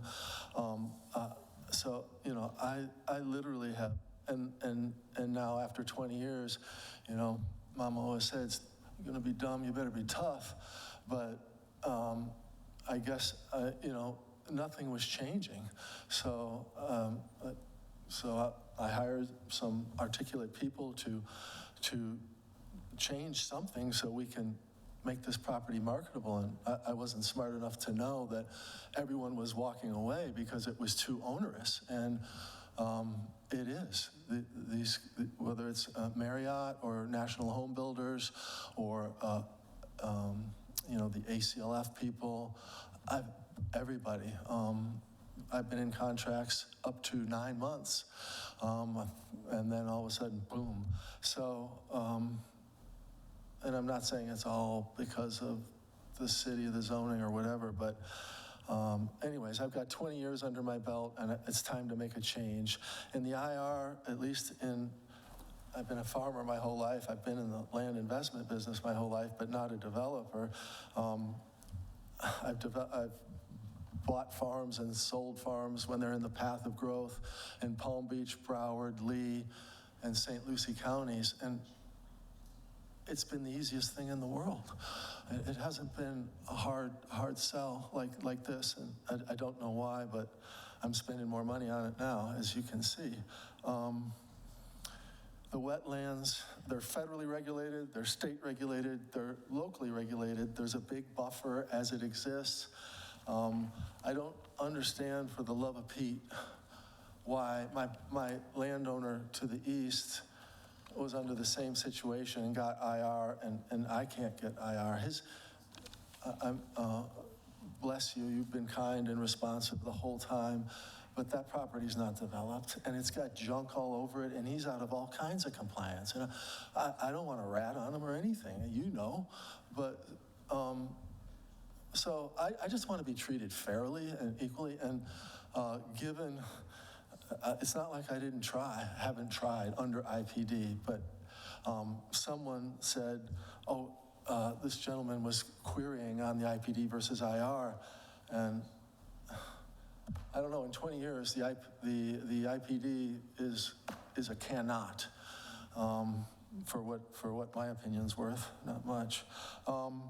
Impact to property values, again, tents and no trespassing, and Brazilian peppers and standing water.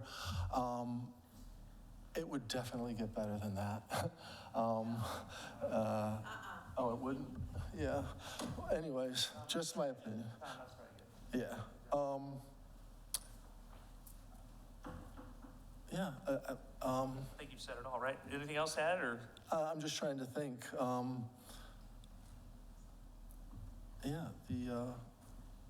I've tried my best under IPD. I've spent a ton load of money. I feel like a fool. I got this guy here to try to help me dig out of it, and I appreciate your help or consideration or compassion. Thank you. Okay, I believe that's the end of our public portion, rebuttal and close. I did want to ask if, before we move to a motion, if the conversation that was presented by the applicant's attorney had met with interest of staff as a solution.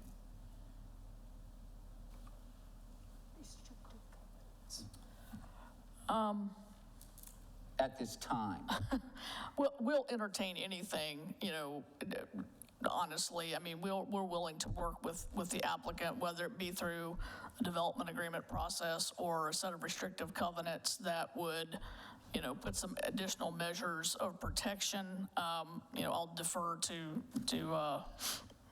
the applicant's attorney as to how if they want to pause this process, you know, or put this on hold while that gets entertained, or if they want to go ahead and go through to the Board of Commissioners.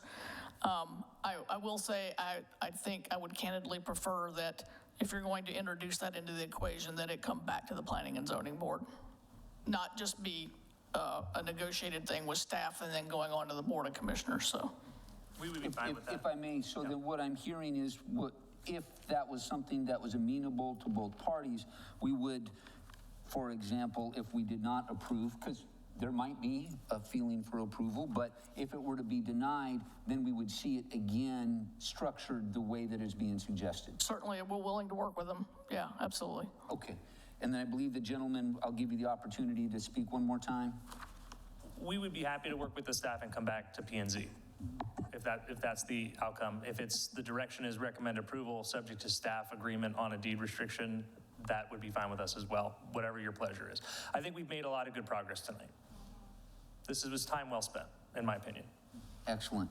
Okay, with that, we're going to close the overall public portion, and I'll let everybody take a 5-second breather. Okay, it's over. And now if someone would like to make a motion in regards to this application. Chairman, before we do that, if the proposed was to come back before any vote, for them to talk, I'm trying to understand if that's what they want to do. It doesn't quite work that way. So it's approval or denial? That's right. It's up or down, and then either way, if it were down, they're going to meet and come back again. That's a fair question. Okay, still looking for a motion in regards to ordinance 2025-07 rezoning request.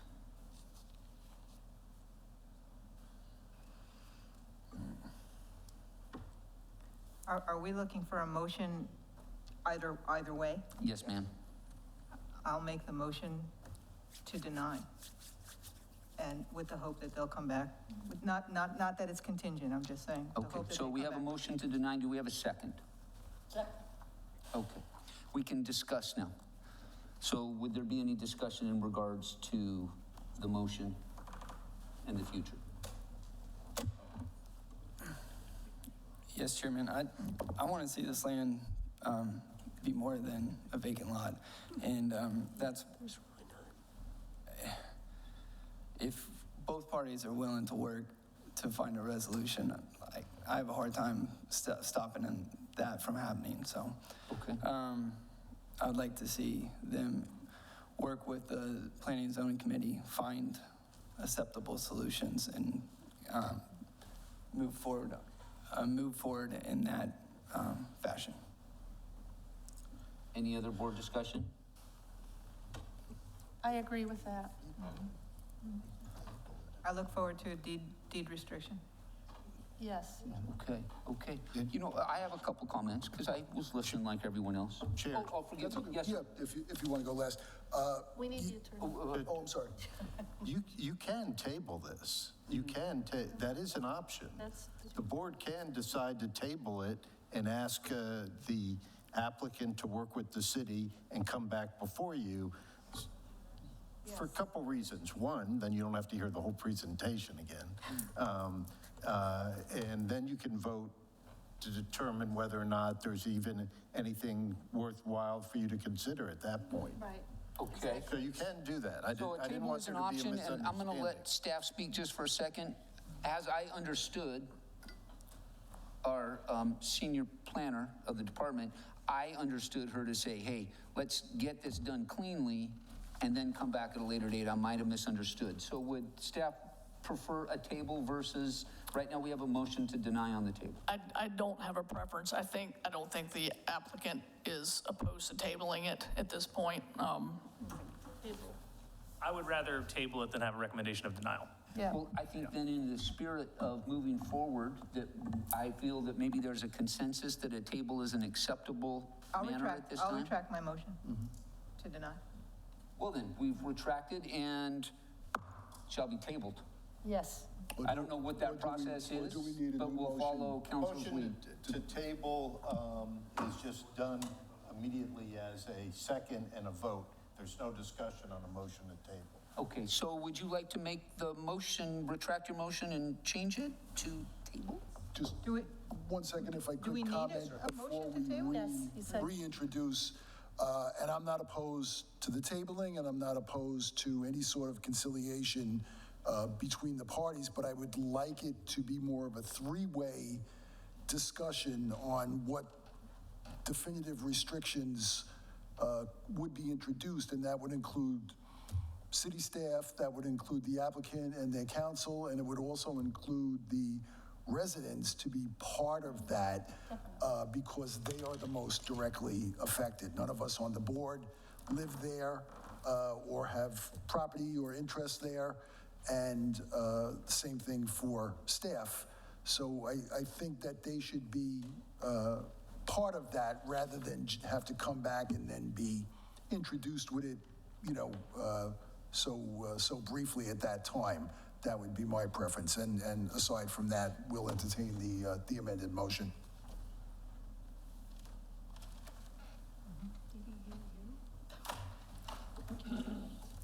So we're teetering on the edge.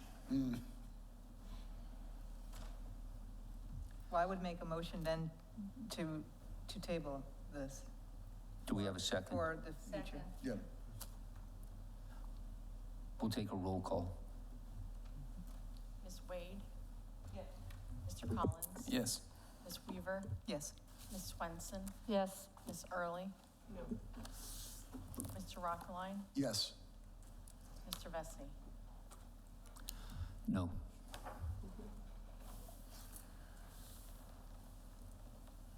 I do believe that the motion to table carries. Excellent. Okay, moving on to number 8, board staff comments. Just the flyer that we handed out to you. And I'll be sending you a formal email as well. This is for the downtown Tarpon Springs, basically starting with Inspired Placemaking to get your feedback on some of the stuff we shared at the last meeting, the update that Ally gave, but we're going to start with a workshop with the Planning and Zoning Board, just to get your individual input. It's not really a consensus or any kind of action at this point, but to get yours ahead of, this would be 4 to 5:30 on August 28th, ahead of a public engagement session, which will start At 6:30? It'll start at. Oh, I'm sorry. It's okay. You wanted me to. No, you're good. I was just gonna say, Pat did a wonderful job. But we're just gonna host the Planning and Zoning Board from 4 to 5:30. If for some reason you guys aren't able to attend at 4 to 5:30, the general public workshop is from 6 to 8 o'clock in the same location. So you can still come and participate in the same activities, but we just wanted to have a time for you guys to come and have individual attention. So, yeah, so 4 o'clock, you get individual attention. But this, again, this is for the project that we talked about at the last meeting for the update to the Smart Code Special Area Plan and the Downtown CRA Plan. So we're kicking it off. This is the first public engagement session. So we hope you guys can attend. As you all know, when we're going to expand beyond those two locations. Well, we always, we always focus on Tarpon Avenue, well, and don't, Sponge Dive. So the boundary is, it's the whole thing, that entire study area boundary. It's the entire area. It includes your corridor. And you can provide, that can be your primary focus of your engagement. So, thank you. So we hope you guys can attend. Thank you. Thanks. Are there any other board comments? If there's anything that anybody wants to speak to or just announce or chat with, now is always the time to do that. I have one. I do too. You do? I'm happy Chipotle's going up there. Okay, she's happy. Okay. I think this last application is a pinnacle and exactly why we have made that North Area Special Area Plan, because it is a gobbledygook that we're trying to clean up. And whether we had a dog in the race or not, that is exactly why we've done that. And I hope that that process comes to us sooner rather than later. And perhaps we can use that applicant as the poster child for how to do things collectively. And of course, Mr. Rockline divided that baby into three very well by including that community, because he gave them a bone that they didn't have otherwise. It was very thoughtful of you. You know what I noticed? I look at the map, and the only trees I see are right there. Last but not least, nobody's buying it because that road is a hazard to be on. It's completely undeveloped. Okay, so unless anybody has anything else, at 9:28, I'm going to call this meeting adjourned. Ouch.